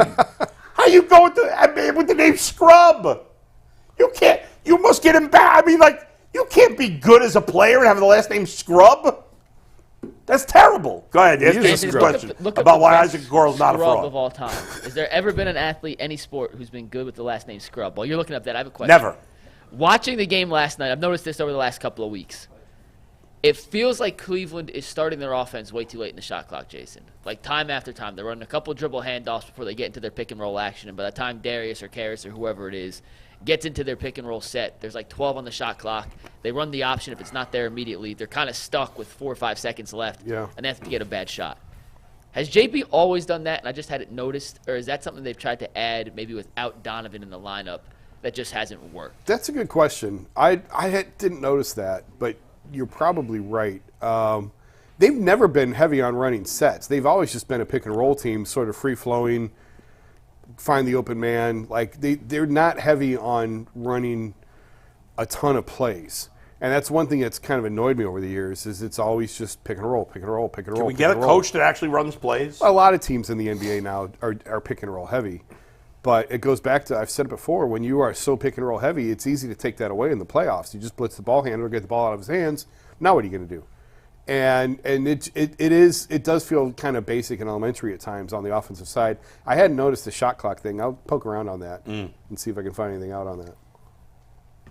Yeah, just something I noticed last night. The possession with Karras where he turned the ball over late in the game, that was out of a timeout. And we've talked time after time, Jason, how good Ty Lue was at drawing up those plays coming out of timeouts to make sure you get a good shot. Last night, and it feels like if it feels like I'm piling on, I don't mean to. It's an unacceptable loss. Why would you not mean to? They deserve to be piled on. Well, just sometimes I think this is all fair criticism, but it just sometimes feels like it comes off a little harsh. That's where you make your money as a coach in the playoffs, is ATOs. Yeah, but the Karras play last night, it's an ATO. He gets the ball, he dribbles in a circle for 10 seconds, and then there's nothing to do. Like I just can't fathom that was the actual play. Yeah. And I'm curious, too, on the very first play of the game, the single first possession, Cavs win the tip.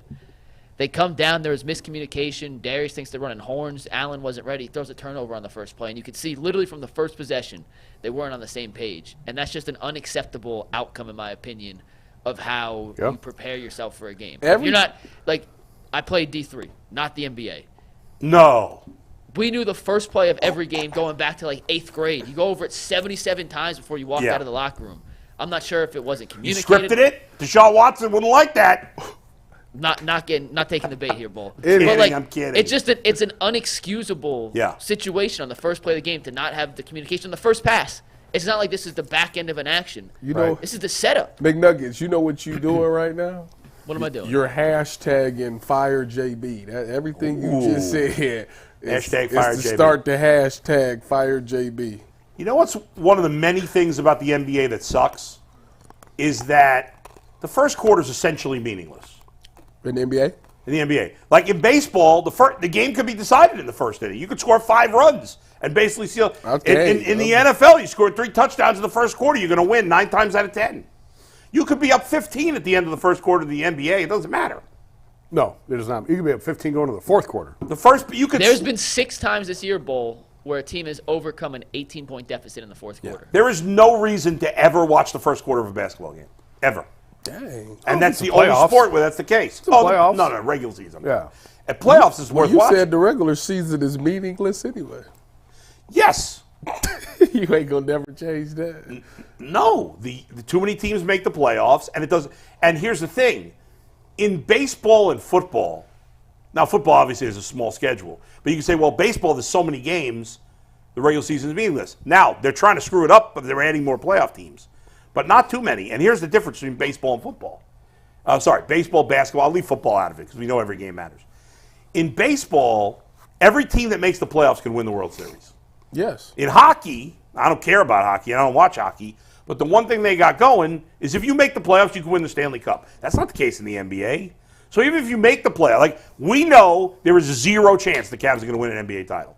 So whether they make the playoffs, That's not true. there's no chance. I wouldn't say realistic chance. There's a puncher's chance. No, there's not a puncher's chance. There's a Jason, I would is there a use the puncher's Chris chance that the Cavs win the NBA Broussard. title? There's a puncher's chance that they can win. They have the talent to make a run. Do I think they will? No. See? You think they have a puncher's chance to win an NBA title this year? But to win a title, no. I mean, I would give their chance at less than 5%. But you know who has no chance of? The teams at Charlotte. Charlotte has no chance of winning. They're not in. I would say the Cavs have a 0.01% chance. No, it's of higher winning. than that. It's higher than that? Yeah, Listen, it's the Cat. They're a talented Wait a team. minute. Who can't they beat? They're a talented team. Because the best team in the NBA, They beat can't them. beat any of the top teams in the playoffs. We know this. You never, What's going to change? See, They don't have a good coach, and they have 1 star. I've said So all you year, I hashtag don't and think they fire. can beat Boston and Milwaukee in the playoffs. I Yes. don't think that they can. Right. But Did you think? you never know. Did you think catch the an Heat injury. was going to do that to everybody last year? He'd have the best Have the coach best in the NBA. coach in the NBA. true. The Cavs That have is the very slappy. true. He's not a slappy. He's not Are a you slappy. hashtag? He's not a slappy coach? Wait a minute. He's not a Are you hashtagging fire JB? I'm hashtagging fire JB. I'm hashtagging fire You might get your wish in about a Kobe month. Altman, too. You might get Get your him out. You might get your wish in about a month. Get him out. We'll see. Yeah, woo wee. But you weren't talking that way when they won 18 and I know. I was an idiot. I thought that mattered. But no, I it's, was it's- an idiot. I think you're being prisoner of the moment now. Now, the problem is the moment is the playoffs are here, and they're not playing well. What? So that's the reality of But where I don't. they're at. Yes, I'm exaggerating. I admit. But the truth is, they have the odds of them even winning a second round series is not that high. Well, here's the thing. I don't believe in Boston's coach. And that's big in the playoffs. Like Well, you we have don't got believe in the Cavs coach either. No, so I know. they got better but talent. But Boston should have an NBA championship by now, and they don't. And if they don't make the finals this year, he's gone. Yeah, They're going to fire their This coach. is only his second year. It doesn't matter. They can win 65 games. If Mizzou doesn't win a championship, he's out. Yeah, He's but out. wasn't last year his first year there? Yes. Doesn't matter. He's gone. They have the talent. They should have an NBA championship by now. Well, it's The not fact that they just his don't- fault. They had No, I mean, if Udoka was still there, maybe they do have. they've one had by 3 now. coaches with this group. But I would not pick the Cavs in a playoff series right now to beat the Bucks or the Celtics. My only point is, I don't think it's impossible. Certainly, I don't think it's likely. It's not impossible. They're a talented team. All right. Speaking of Oku, he got the Rocket. He's a good coach. They won 10 in a row. Listen, they right there, one game And behind then, the Did you Warriors. see Steph Curry got all pissed at Draymond last night? He cried. Draymond got Did kicked. he cry? Like literally? Steph legitimately cried when Draymond got kicked out yesterday. He Yes. was Like pissed. tears. I'll show you the clip. Yeah, hold on. Stop it. I gotta say, Not over. No, he didn't. No, he didn't. I gotta say something, and fans don't want to hear this, Don't say it, dear. but is Steph Curry the most likable superstar ever? He's a great guy. Do you know him personally at all, Jason? Personally, no. I mean, I know him. Like Well, this but guy what do you- is all that's right about sports, isn't he? There's a lot to like about him. Yeah. Nick Chubb's a likable superstar. Yeah, but I'm just talking. I'm He talking didn't have about championships. Oh, you're multiple talking championships. champion. we know that we already love Nick Chubb. That's not going to surprise Kobe was a anybody. likable guy. Kobe was not likable. Kobe was not likable. But Giannis is a likable guy. when the Cavs were playing in the finals every year against the Warriors, I'd be getting mad at Steph Curry. I'd be like, Of bleep course. him. Of course. But man, is he likable? Don't you feel that same way about Giannis? Nah. Oh, Gian- but he's Giannis is likable? Yes, likable. 100%. You know why Steph is likable? Honestly, because he's 6 feet tall. Well, but I think And doing Giannis is things very that- likable too.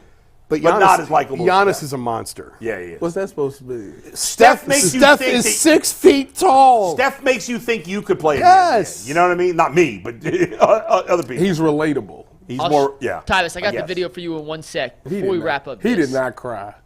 No, I'll show you the video in 1 sec. But last thing on the Cavs, then we'll do Steph, then we'll play keep, cut, trade. But I think right now, if you look at the Eastern Conference, the Cavs are looking at, all right, who do we want to play? Who do we want to avoid in a first-round matchup? I feel like every team below the Cavs are like, all right, how can we get in a matchup with Cleveland right now? Yeah. Oh, Like they're the team that 100%. every other team in the Eastern Conference wants Yeah, to yeah. play, and that's Yeah. a hard reality to accept, knowing how good this team could be. And a few weeks ago, Yeah. there were coaches that wanted no part of the Cavs. Right. So it's a problem. By the way, was there somebody on the panel yesterday that said UConn could beat an NBA team? Steve Becker suggested that. Okay, Steve. Oh, that's right. He was texting about it. He claims he wasn't saying that. He was just kind of. Well, we had the interview drop, so we had to fill 20 minutes, so we were just filing through a bunch of things. We saw UConn would go 0-82, wouldn't they, in an NBA schedule? They could catch fire one night, but they'd win no more than 2 games. All right, so they go maximum. 2-80. No more than 2 maximum. Well, it wasn't that he said they could win an. He was like they could get into the. Somebody said they can get into the. Oh, what? No, we said if LeBron went to Akron, could they win a championship? That was the big. Oh, Well, that was a different question. okay. All right, here's the Steph Curry video in case you missed it yesterday. Draymond got ejected early in the first quarter. The Like Warriors ended up 3 winning minutes the game. in. 4 minutes. The Warriors ended up winning the game, but this was his reaction, Steph Curry's reaction.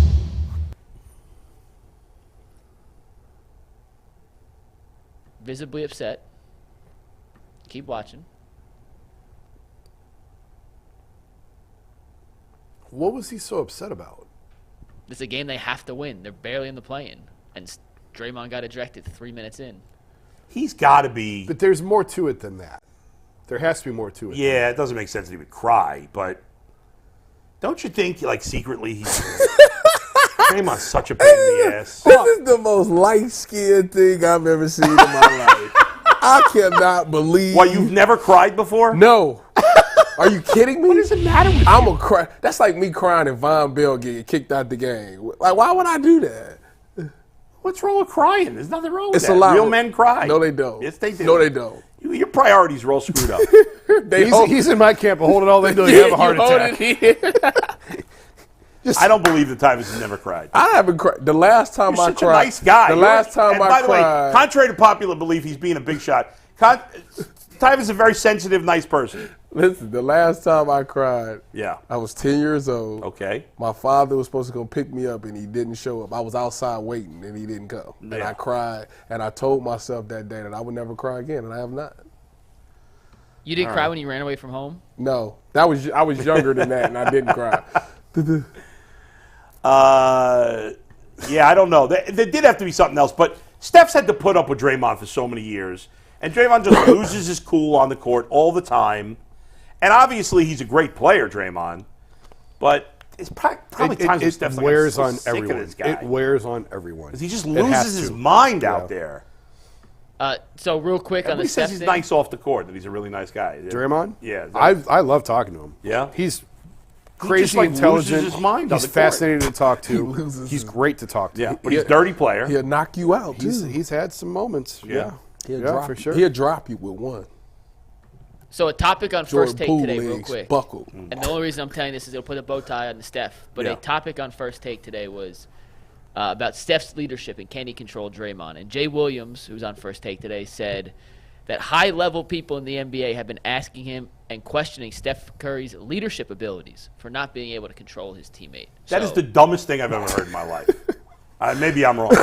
How the hell is Steph Curry supposed to control Draymond Green losing his mind? I can tell you when when the Cavs were talking about bringing in JR, Yeah. and he was a knucklehead. LeBron told Griff, "I got him." Like, I'll take care of him. Like, you go make Did he the take trade. care of him when he didn't know the score? Is that LeBron's fault? Well, but for the most part, JR fell in line and behaved himself while he was in Cleveland. Like, was JR as big a lunatic as Draymond Green? yes. Yeah. He was shoving guys out of the air. Remember that? His last year here, he was pushing. It was the Celtics series, I think. He pushed somebody like in midair, just shoved him. Like, JR had some moments. He punched a guy. Now, maybe not to the extent of Draymond as many times. What did LeBron do to keep him in line? As a leader, you are in control of the locker room.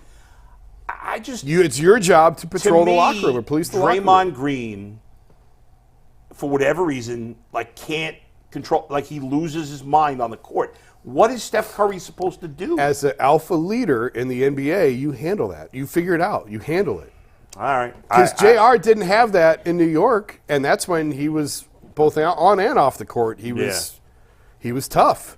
But in Cleveland, he fell in line. Where was LeBron when JR was throwing the soup? I don't know. He wasn't in the room that day.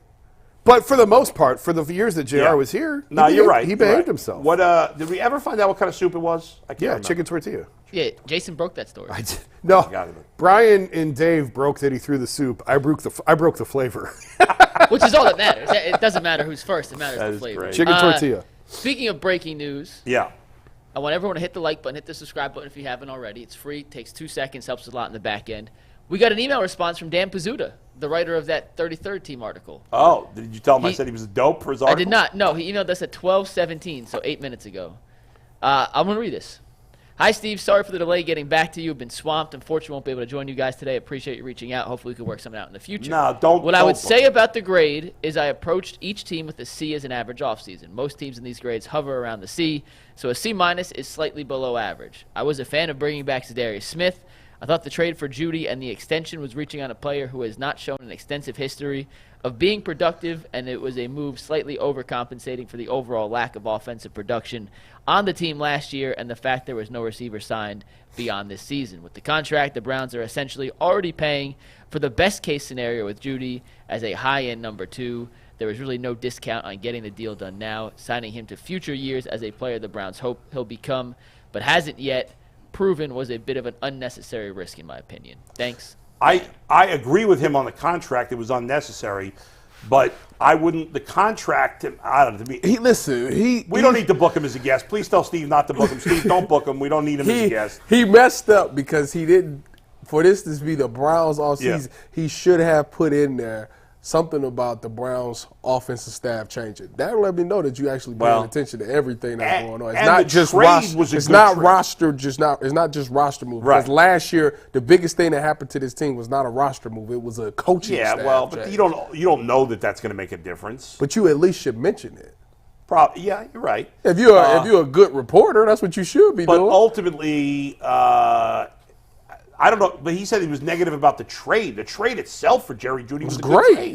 Yeah. You gave up nothing for a guy who, at the very least, is an adequate number 2 receiver. Actually, the Steelers grade is what blew my mind. Yeah, that was ridiculous. Please, we don't need to book him. He's bringing nothing to the table. No offense.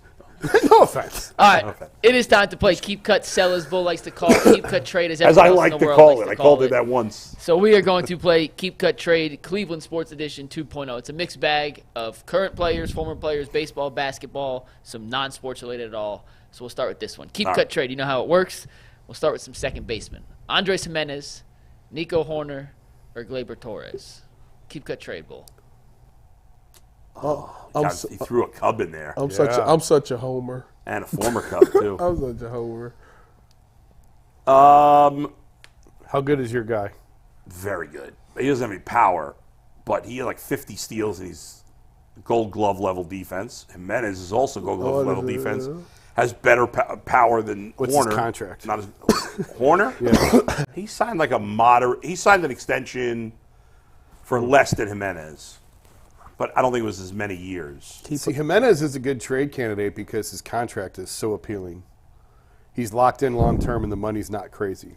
I would keep Nico Horner. I would trade Jimenez. I would cut Gleyber. That's kind of what I was. Gleyber's overrated. Gleyber did not get an extension. No.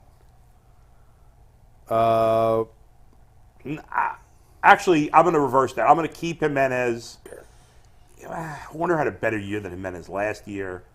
I'm going to stick with it. Yeah, I'm going with your order. I'm because keeping Horner, trading Jimenez and cutting. I think Jimenez has I don't know Horner's contract, though. But Jimenez, I know, he's signed for a long time, and it's very team-friendly. So that brings a lot of trade value. When you're as good defensively as he is, the offensive upside is there. He didn't take the leap last year. A lot of people thought that he would. I wonder if this year, if he's going to bat a little higher in the order. I'd like to see Jimenez, and we've talked about it for years, as the number 2 hole hitter. I don't know mentally how he would do with that. I think there's a reason they batted him on the bottom of the order as long as they have here. But Gleiber, without a contract extension, he's not going to have a ton of trade value. He's going to get big dollars. Gleiber, I was going to say Gleiber's the best player of the 3, but I don't think so. Yeah, I don't know that he is. I think Horner's extension was 3 years, $35 million. Not bad. I would trade Jimenez only because he's going to bring back the most in trade of those 3. The way y'all just said all of that stuff, it makes sense to me. So I'm going to go ahead and agree with what Justin said. I was going to go against it all, but I'm not even going to play that game today. All right. Gleyber did have a good season last year. He did. 25 homers, 273 average. Not How the many defensive homers player did those two are. Jimenez have last year? 15. I think this is Glaber's last year under contract. I think he's a free agent next year. And he's going to get paid. Yeah. All right, Mike. You like that one? Yeah. All right, we'll move on. We'll go to some number 2 receivers in the NFL. Keep cut trade. Jerry Jeudy, Tyler Lockett, Christian Kirk. All making similar money. I'm biased. Why are you biased, Tyus? Because I played with Locke. And what'd you call him? What's his nickname? No E. No weed? No E. No E. So they call him No E. So what are you going with? I'm keeping Tyler Lockett because my boy. Well, he's the best one of the 3, too. I'm trading Kirk and I'm cutting Jeudy. Yeah, I'm with Tyler. Yeah. Judy's the worst of those 3 Yeah, guys. yeah. What's Kirk's contract? He's making 18 mil, so a little more than Jeudy. He's been good. I mean, Judy has upside. Those guys are what they are. You just saw Judy's trade value, a 5th and a 6th. Yeah. And But that extension doesn't I help. kind of do it. I don't think of it the exact same way. I think of it as I just rank them 1 through 3, and that's the way. That's the best way to do it because Locke is probably the oldest out of all of them. Right. You'll probably get the best trade value from Christian Kirk because he can show you he's more than just the 2. He could be a 1, and the whole offense goes around him. And Jeudy just hasn't proved it. Kirk, that when he signed that contract in Jacksonville, everybody I said and they're many others crazy. were killing him. Yeah, that was and he's crazy. been really good for them. I start this segment with trade. That's the first one I start with. Because generally they're all about the same in ability. So what player is going to bring back the most? And that's the one you trade, usually. And I think Judy's clearly the worst of those 3 guys. Yeah. Now he has upside, but those guys have already reached their upside. Hopefully next year, if they ask us this question, we can change that. But go ahead, Mike. What it is. We'll go a little basketball here. How about 3 point guards? Tyrese Maxey, Trae Young, and Darius Garland. Keep cut trade. That's a shame. What? That's a shame. Are these guys close? Yeah. We made this a week and a half ago before he had a couple bad games in a row. That's a shame. I just think of those 2 as being way better, but I don't know the NBA as well as you guys. Am I crazy? I think I'm cutting Darius. Yeah, Darius. I think I'm trading. I think you get the most trade value for Trae. Yeah. And keep Maxey. I may have to just go back on everything I just said, though, because I like Trae Young a lot more than Tyrese Maxey. I do, too. So you're keeping Trae. You're You like trading. Trae more than Maxey? Yeah, A I lot do. more? I like Trae more because Trae actually gets assists as well. Trae's Maxey's a scorer. Trae's a shithead. He is. And he's a defensive liability. But I think he's I get sucked in to Trae. But he also had that postseason run he had. Like he showed That me was something. few. He showed me something. That postseason run was a fraud. You think so? The only reason they won was because Ben Simmons forgot the basket was what you put the ball into and never played again. If it wasn't for Ben Simmons Wait completely. a minute. They took the Bucks to 7, didn't they? Yeah, but they shouldn't have been there, is my point. They should have lost to Philly. bigger- They still took the champions to 7 that year. Bigger That's- fraud: the Hawks run, Daniel Jones at quarterback, or Isaac Okoro's offensive game. What's the biggest fraud? Sheesh. I will keep That's a good question. Daniel Jones as a quarterback as the biggest fraud. Yeah. I'll trade Trae Young because some people clearly still believe in him. And Isaac's not a fraud, so Isaac, you get cut, but that's the best situation for him. in I'm this keeping situation. Maxey, trading Young, and cutting Darius. I'm doing that. I'm agreeing with you on that one. You say that again? Keep Keeping Maxey. That's what I just trading. said. Yeah, I agree with you. He flipped the other I two. don't know. You're talking me back into it. What do you think you get most for in trade, Mike? Which one? Young. Not Darius. I don't know if Trae Young's trade value is as high as you think. He's put up good numbers on bad teams. He's tough to play with. They traded for DeJounte Murray. It's gone terrible. Maxey, in his first chance to shine without Harden, is going to win Most Improved Player. He's averaging 26 and 6 this season on 45 and 38% splits. I really like Maxey, All right, you convinced me. but like Trae Young's going to get a max contract. I don't think you can build a team around Trae Young. I'm not saying you can build a team around Tyrese Maxey as your star either. You put him but I'm not sure he's you getting put the him same with level of Wemby, they contract. winning it. Well, it goes back to what we said multiple It's got times. Embiid. You don't ever want to build your team around a point guard, really. Yeah. You don't want your point guard to be your best player. When Embiid was Doncic? playing, has his assist gone down? His scoring's gone up a tick. His No, assists there's have gone always down a one tick. guy. Yeah. There's always an exception to the rule. But for the most part, if your point guard's your best player, generally speaking, overwhelmingly, You lose. You're not going to go very Unless far. it's Isaiah Thomas or Steph Curry, maybe the two of the Steph greatest point guards also of all time. had unbelievable talent all around him. Luka Doncic. But Isaiah was clearly the best player on those Pistons. Yeah, he was. He was. And he had a lot of good players around, but no superstars. Magic Johnson. Well, Magic Johnson was a 6'9" point guard. And he played with Kareem Abdul-Jabbar and James Worthy. And Yeah, but he was Hall of Fame also not a talent small. everywhere. The problem, Correct. right? But nobody ever said that Kareem was the greatest. They But said again, Magic was. I'm talking about through the history of That's the not team. true. 30 teams times 30 years, and you come up with like 3 guys out of 900. And I don't even think Magic counts because he was so big. He wasn't. Wait, like a Magic point- played center on one of those. Yeah, games. he did. Luka Doncic about the same. I know, way. but Luke hasn't when won shit Jason yet. says point guard, he's talking about small guards, basically. say Right? that. I mean, Well, he need to say that. Then. guys who are in charge of everything. yeah. Like, LeBron plays point guard for the Lakers. How good are they doing? Tyus, you're trying to find a loophole that I mean, doesn't you're out of exist here, control man. right now. It's he the also Luka likes part, PJ Walker, so Yeah. enough said. His name is. You Philip. guys mentioned Magic Johnson. He's actually in our next Keep Cut trade. Okay. We're going historical NBA guys. Keep Cut trade. Magic, Larry, and Kobe. Woo! Come on now. This is interesting. Wow. I am keeping Kobe Bean Bryant. I'm cutting Kobe. I'm keeping Kobe. I'm trading Magic, and I'm cutting Larry. Of course you're going to cut the white guy. Yeah. Come on, man. He's the best white guy ever. We don't have very many. Luka Doncic is here. Luka Doncic is not better than Larry Bird. Get the hell out of here. Luka Doncic is a fat bastard. Luka is nice on the court. Luka could not have I'm played keeping that era. Kobe, Get out of here. trading Magic, and cutting Larry. There it is. Damn it. You see, I'm in a bind because if we keep Bird, then we're racist. We're racist. Yeah, I know. Yeah. Damn it. That's right. I'm not keeping cutting Bird. Magic, trading Bird, and cutting Kobe. Bleep Kobe. Y'all crazy. I would cut Kobe. I'm not I cutting would Kobe. cut Kobe. I'd take Bird and Magic over Kobe any Kobe. day of the week. Y'all, in today's NBA, I'm keeping Kobe. You know what? Just give me my white hood now. I'm keeping Larry. Oh, my God. Give me a cross. I'll burn it. I'm keeping Larry. Oh, my Trading God. Magic. Because, again, I think you get more trade value for Magic. That's why I said I'm trading him. I'm keeping Kobe, trading cutting Magic, Kobe. cutting Larry. Did Kobe win a championship without Shaq? Yes. Paul Gasol? He won with Gasol. In How that many second times? One? iteration. Twice. 2. He won 3 with Shaq, 2 without. I didn't. Yeah, that's impressive. I mean, these are I mean, that's all-time an greats. impossible. I mean, it's 3 top 12 guys It's of an all time. impossible. Yes. But to Yes. me, when I think of basketball, it's always Magic and Bird first. Kobe got 1, 2, 3, 4, 5th. Well, that's because Kobe didn't have to go up. Magic and Bird had to go up against each other. What did Magic win? 4?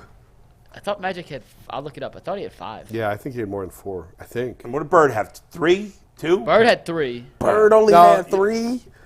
Sheesh. Magic has 5 rings. I'm keeping Magic. I'm taking the hood off. I'll keep Magic. God. Yeah, well, keep Keep Magic. Keep Y'all are Magic. sick. Trading Bird. Kobe. Cutting. R.I.P. Kobe. Kobe is like the second best. No. He might be the best Laker. Kobe? Yeah. The best Laker ever. Some people call him that. He ain't the best Laker ever. Who is it? Magic? It ain't Kobe. Kareem? Why is it not? Bill Russell? Why is it not Kobe? Bill Russell did not play for the Lakers. Not Bill Russell. Kareem, people, Chamberlain. They shut down the People NBA when he passed. people just dismiss Kareem like he never existed. Yeah. This man, Shaq the amount of points that would this have man killed scored, Kareem. the amount of points that Kareem scored without shooting threes when he lost 4 years to college. Yes. I think Kareem's the third best player of all time. Kareem might be. Is Giannis in front of? Is he behind Giannis? It's impossible. It's impossible to ever solve I'm asking these debates. McNuggets. Yeah, Earl's got a question for you real quick. Hey, Jason, it's funny this conversation came up because Magic Johnson said that Kobe is the greatest Laker of all time. Of course he's going to say that. What's he going to say? He's going to say, what's he going to say? I'm the greatest? Yes. Only Ali would say that. And LeBron would probably say that. Kobe would say it too. Kobe would say that. LeBron's not even in the conversation. LeBron of has top best never been Laker. embraced out there like he thought he would be. Why would he Why think did he that? think he would I don't know be? why he That's thought he weird. would be. He's one of the greatest. He might be the greatest of all time. Yeah, but And he rolled into town and said, not- I'm here. They're like, But it we was, don't care. All of that happened before. I mean, he won a ring out there in the bubble ring, but yeah, that's a. and he road. got his That's 40. He got his. talk about fraud ring. All those bubble rings in all sports No, are no, no. frauds. The NBA bubble ring is legit. That's fraud. No, the fraud. NBA bubble ring was legit. Fraud. What's the next? Dodgers one? World Series is a fraud. Well, the that'll give Bieber you and the- Bauer Cy Youngs are frauds. When they were put in the bubble, I've heard some stories about how tough. Oh, tough for millionaires to play basketball in front of nobody, and have to sit in a dorm room all the time. There was a lot of mental and emotional grind involved in that. Listen, toughest 2 my months. boy Lou You got went- prison camp. Lou and then got you up the out bubble. of there. Lou went to. Lou got the wings. I don't know what you talking about. Lou Williams. The lemon said, pepper "I'm going. wings. I'm going to get these wings from the strip club. I'm out of here." Oh, you By said the way, Lou, as if I was supposed to know. You don't know who Lou is? He's Yeah, a me legend. I mean, I know who Lou Williams is, but it's not like he's a star.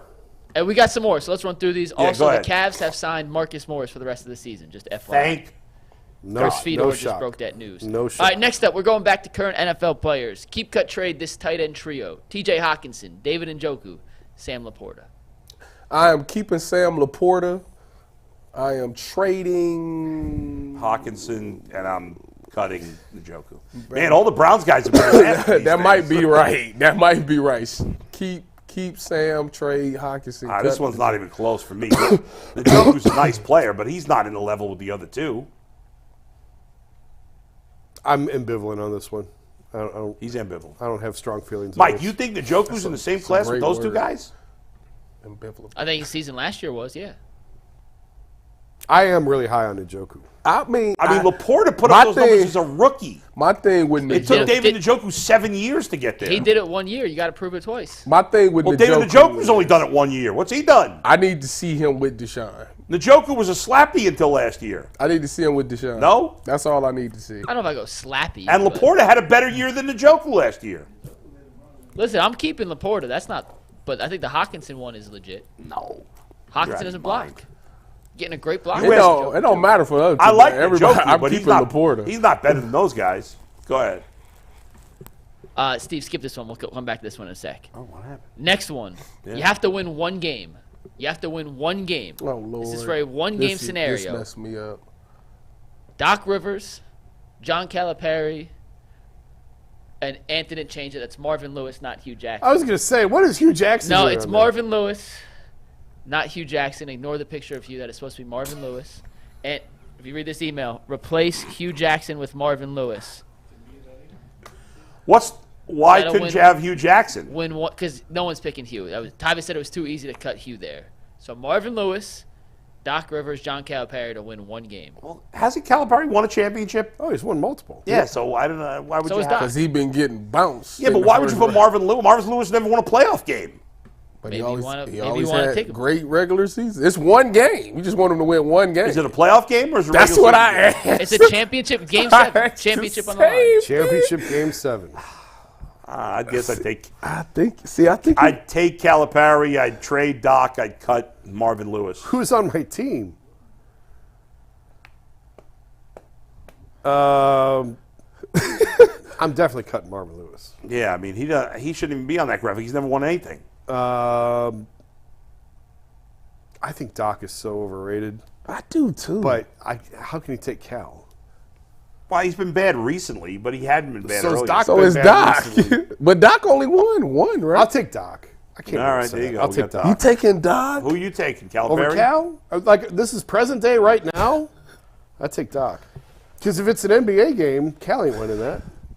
It doesn't matter. It doesn't. I don't think the sport matters. Well, they don't play Game 7 in college. He said it was just a championship game. Just a championship game. It could be bocce ball championship. Need one coach. Bocce ball championship. All right, Bo, you like this next one better. Okay. Keep cut trade. John Elway, Peyton Manning, or Steve Young. Oh, that's easy. I mean, that's easy. I'm cutting Peyton. What?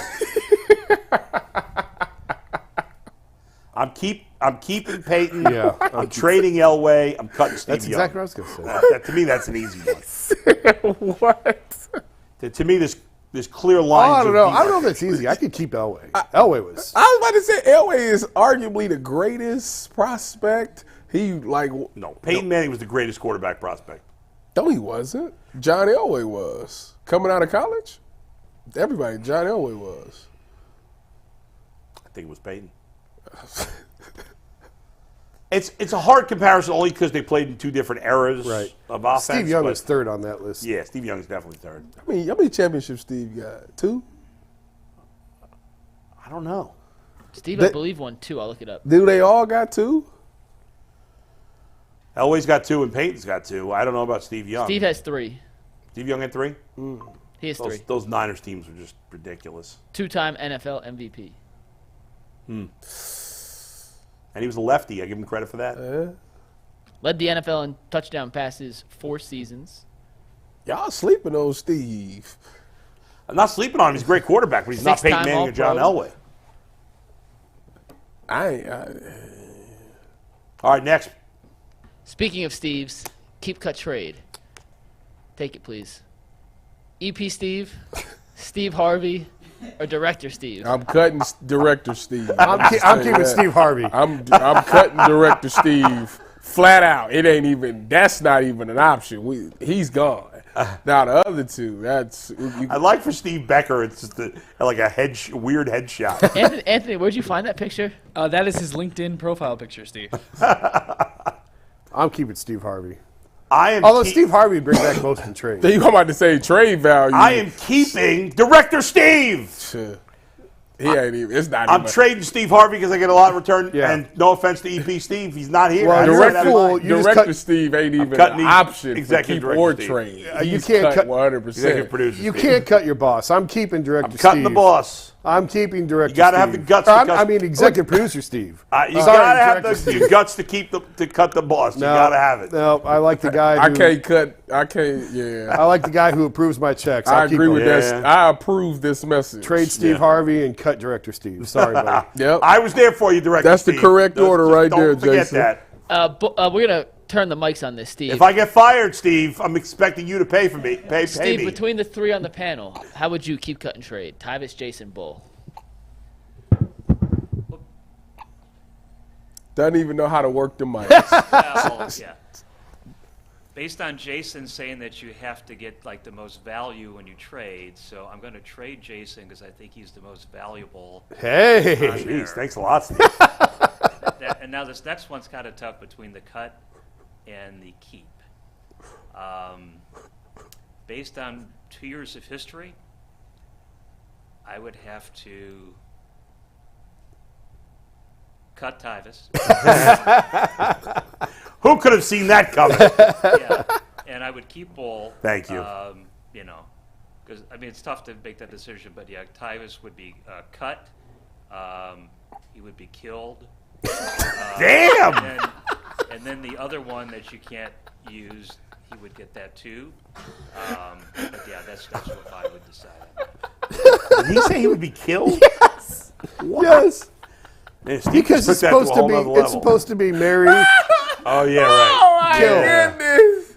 Oh my goodness! What's wrong with him, man? What's up? Look, Oh. see, that's the thing. That's how I know. That's why you belong where you at because I didn't kill you off. I didn't kill you off. Said you should be cut. Well, I thought he was referencing something else, and I was like, Yeah, I didn't know where he was going with that. I thought Steve said something. Is he that the shouldn't last have one, said. or we got one more? No, we got more. Go. Earl?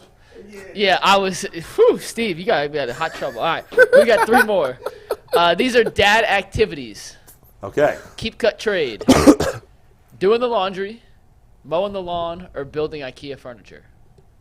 Oh, that's easy for I'm me. cutting IKEA furniture. I despise. You Yeah, gotta I'm with build an IKEA. Oh, cut that. That's not happening. I'm keeping doing the laundry. I hate mowing the lawn too.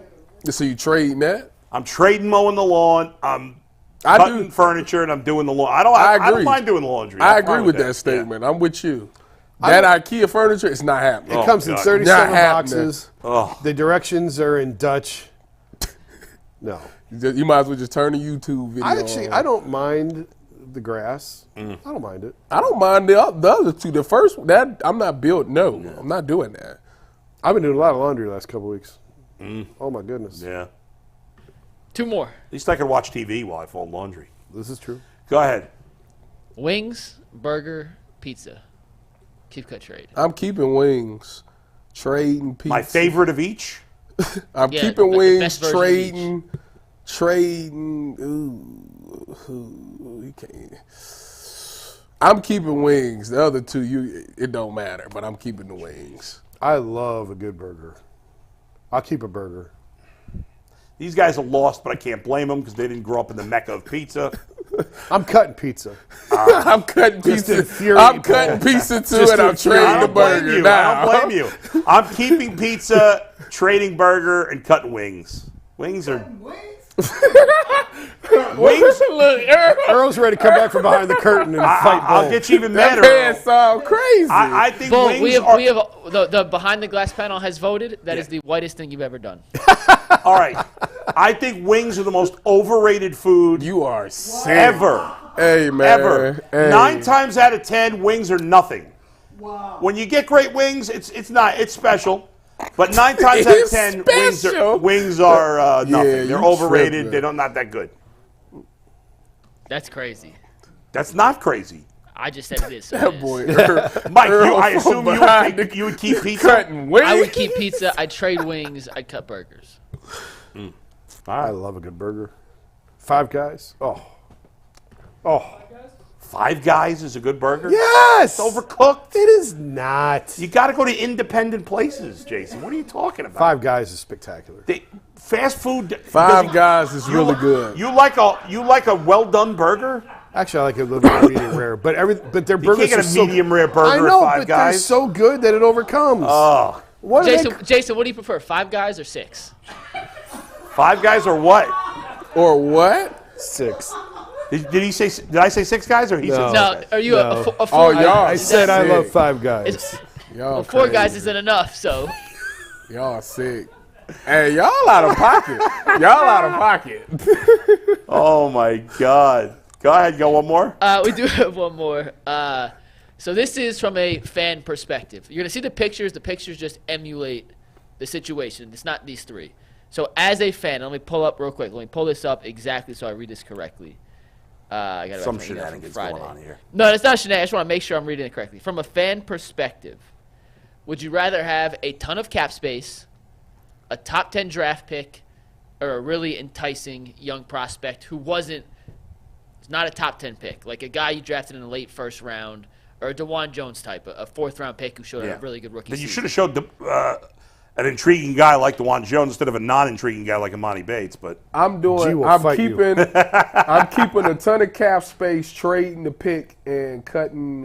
I would need to know who the owner of the team What is. sport are we talking What's about? the other one? This is just generic from a fan. Would you rather have cap space, a top 10 pick, or like a prospect like DeJuan Jones or Imani I'm Bates? keeping the cap space, Craig Porter Jr. trading the top pick and cutting whatever that last one is. That you just I'm said. keeping the draft pick, trading the cap space, and cutting Imani Bates. I'm all about value. Dog. God. I am keeping the young prospect who's cheap because you get the most value for that. I'm trading the top 10 because you get the most value for that in trade because everyone loves the shiny Yeah, but what if toy. it's Imani Bates and he never becomes anything? No, but I'm not keeping Imani Bates in this instance, but I'm keeping someone like that a I'm Shane intrigued by. Bieber. Okay. A Shane Bieber. All right. Well, he was a nobody fifth round but pick. you're saying it like as if it's a guaranteed. Well, hit. that's that's why. You're That's saying how it's a this guaranteed No, hit? it's No, not. but it's a guy who was not. DeJuan Jones is probably, or Martin Emerson. But you'd have Pick. to take that one before you knew how good the player was. No. Yes, Yeah, that's what he's saying. Well, no. Well, that's crazy. but it's like a year after Martin Emerson. Yeah, You see him for a year. it's when you know you've got something there. Obviously, you're not going to keep a fifth-round pick over a top 10 pick, but if you see like, oh wow, we got great value here, All right. we got something for this. I got you. I would cut the cap space because it's not nearly as valuable anymore as it used to be. Yes, it is. At least in You the can NBA. look at You could, Kyron you Williams could is the always perfect example overpay of that. somebody to come. What's that? What good Mike? that to you? You could Go have, like, get you Kyron somebody. Williams was a 5th-round pick. Someone like that. Or Puka Nacua, essentially, be a good person. I would take that, trade the top 10 pick, and cut the cap space. I'm keeping the cap space. That wasn't a good one. All right, so we have no super chats. So we're just going to keep coming up with some more. Oh, we do. We just got a super chat. Yeah. Let me pull this up. Mudaloo says, can we get Earl on the mic to tell Bull he's out of pocket? Earl, the mic is yours. Boy, I love you, man. I love you too. But you cutting wings. You out of pocket. You out of pocket. Cut wings and You out Kobe. of pocket, What a man. day. What would you wings. Earl, which one would you have cut? I'm cutting pizza. You see, I'm trading burgers because you put cheese on them. So for people who eat cheeseburgers, well, you're out of I can get pocket a lot for of value for that. anti-cheeseburgers. I can get a lot of value for a cheeseburger. Like, I'm in Cleveland. I can cut pizza and be fine with that. But you can never ever cut wings. Like, ever. I think wings are overrated. I can't believe you can't. Earl, someday you and I are going to go to New York together, and I'm going to get you great pizza, and you're going to change your mind. I bet you. All right, well, I'm going to go to Calypso's, and I'm going to bring you in a 12 Club extra butter, extra seasoning. Let me And I think. promise Listen. you, it'll change your mind. I'll go with you to Calypso's, but I like wings. I just think, and like I said, every once in a while you go to a place that's got great wings, and I'm like, oh yeah. But a lot of places that have wings, they're just nothing. By the way, worst wings I've ever had. I probably shouldn't say this. Buffalo Wild Wings. Buffalo Wild Wings, without a doubt. What you say? That's Their the worst? wings are the worst. Oh, I don't know why anybody goes there. Listen, I don't hate them. I don't hate them either, but They're just so I ain't small. You know gonna what say wings they we the do love greatest. here at UCSS, though? Wingstop. Hit us up. We What would love about to be a Wingstop? I've never been to Wingstop. You ain't never been to Love Wingstop? Wingstop. I might order some tonight. All right, Well, we I got a can't couple. eat any of those things right now. We got a couple viewer submitted keep cut trades. Yes. This first one comes from Miss Nuggets. So shout out to Miss Nuggets for watching. What's up, Miss Nuggets? Hello, Miss McNuggets. Ice cream, cake, or cookies? Keep cut trade. Ice cream, not ice cream cake, but ice Ice cream, comma, cake, cake. or Cake, cookies. Oh, that's easy for me. I like a good cookie. I'm not really big on ice cream, so I'll probably keep the cookies, trade the cake, and cut the ice cream. I'm keeping the cake. I love a good cake. I like a great Cheesecake, birthday cake. I'm keeping the ice cream. I'm trading the cake. I'm cutting the cookies. We're just all different. And listen, Mitchell's ice cream is the best ice cream that I've ever had in my life. Mitchell's ice cream is unbelievably Ever. good. It's really good. It's really. I might Shout out if to the it was Mitchell brothers. when it gets 70, I'll stop on the way home and grab some. Oh, I haven't had ice cream in a month. Next one comes from Nate McMurph. For next season, and this I'm going to assume he means how would you take them in terms of their potential to win championship? Next season, Cavs Browns guards. So this upcoming year for the Guardians, next year for the Browns, and then next year for the Cavs. I'm guessing that's what he means. Yeah. Well, I don't know if Donovan is going to be here. Chance of winning a championship? Yes. I would cut the Cavs. Why? Because you don't know if Donovan going to be here. He might not have nobody. I just Trade the Guardians to keep the Browns. Can you believe that you're about to say that? To win a championship? Oh. yeah. Can you believe you're about to say that? I don't know that the Browns are more likely to win than the Guardians, which is crazy because I think the Browns have a better team than the Guardians. That's how I'm going. But I'm the keeping the AFC 's Browns, so loaded. trading the Guardians, cutting the Cavs for next season. Assuming, because I don't know if Donovan's here, that might change. I really feel like the American League is pretty wide open. I know the Astros and the Orioles are really good. But keep the Guardians and trade the Browns. I guess I'll keep the Browns. I'll trade the Guardians. I'll cut the Cavs. We got two more with I want to Paul. get in here. Evan419 says vision, taste, and hearing. Vision, that's a taste, good and one. hearing. And I got one more after this, so make sure we get I'm this keeping in. my vision. Yep. I'm cutting taste. I'm not. I can't. I would. That would help me lose weight. I could just eat salad all the time. Wouldn't matter. Yeah, I'm cutting Listen, taste. when you lose your taste, like if you got COVID or get sicker and you can't taste, it is the worst thing in the world. Now you can't eat Worse healthy. than not being able to see or hear. You right there. I'm keeping vision, trading hearing. You ain't got a Yes. point there. Yep. I couldn't imagine not. I can get hearing aids. You can't get seeing aids, but you can get hearing aids. Okay, we just got one more real quick. We have two more. Derek Parslow. And we love all three. Jay Crawford, Brad, or Mike Polk. Oh, come on. I refuse to answer. Fine, not okay, gonna we'll answer skip that that. Last one. I refuse to answer. Last one comes. This is another Miss Nuggets Yeah. nomination.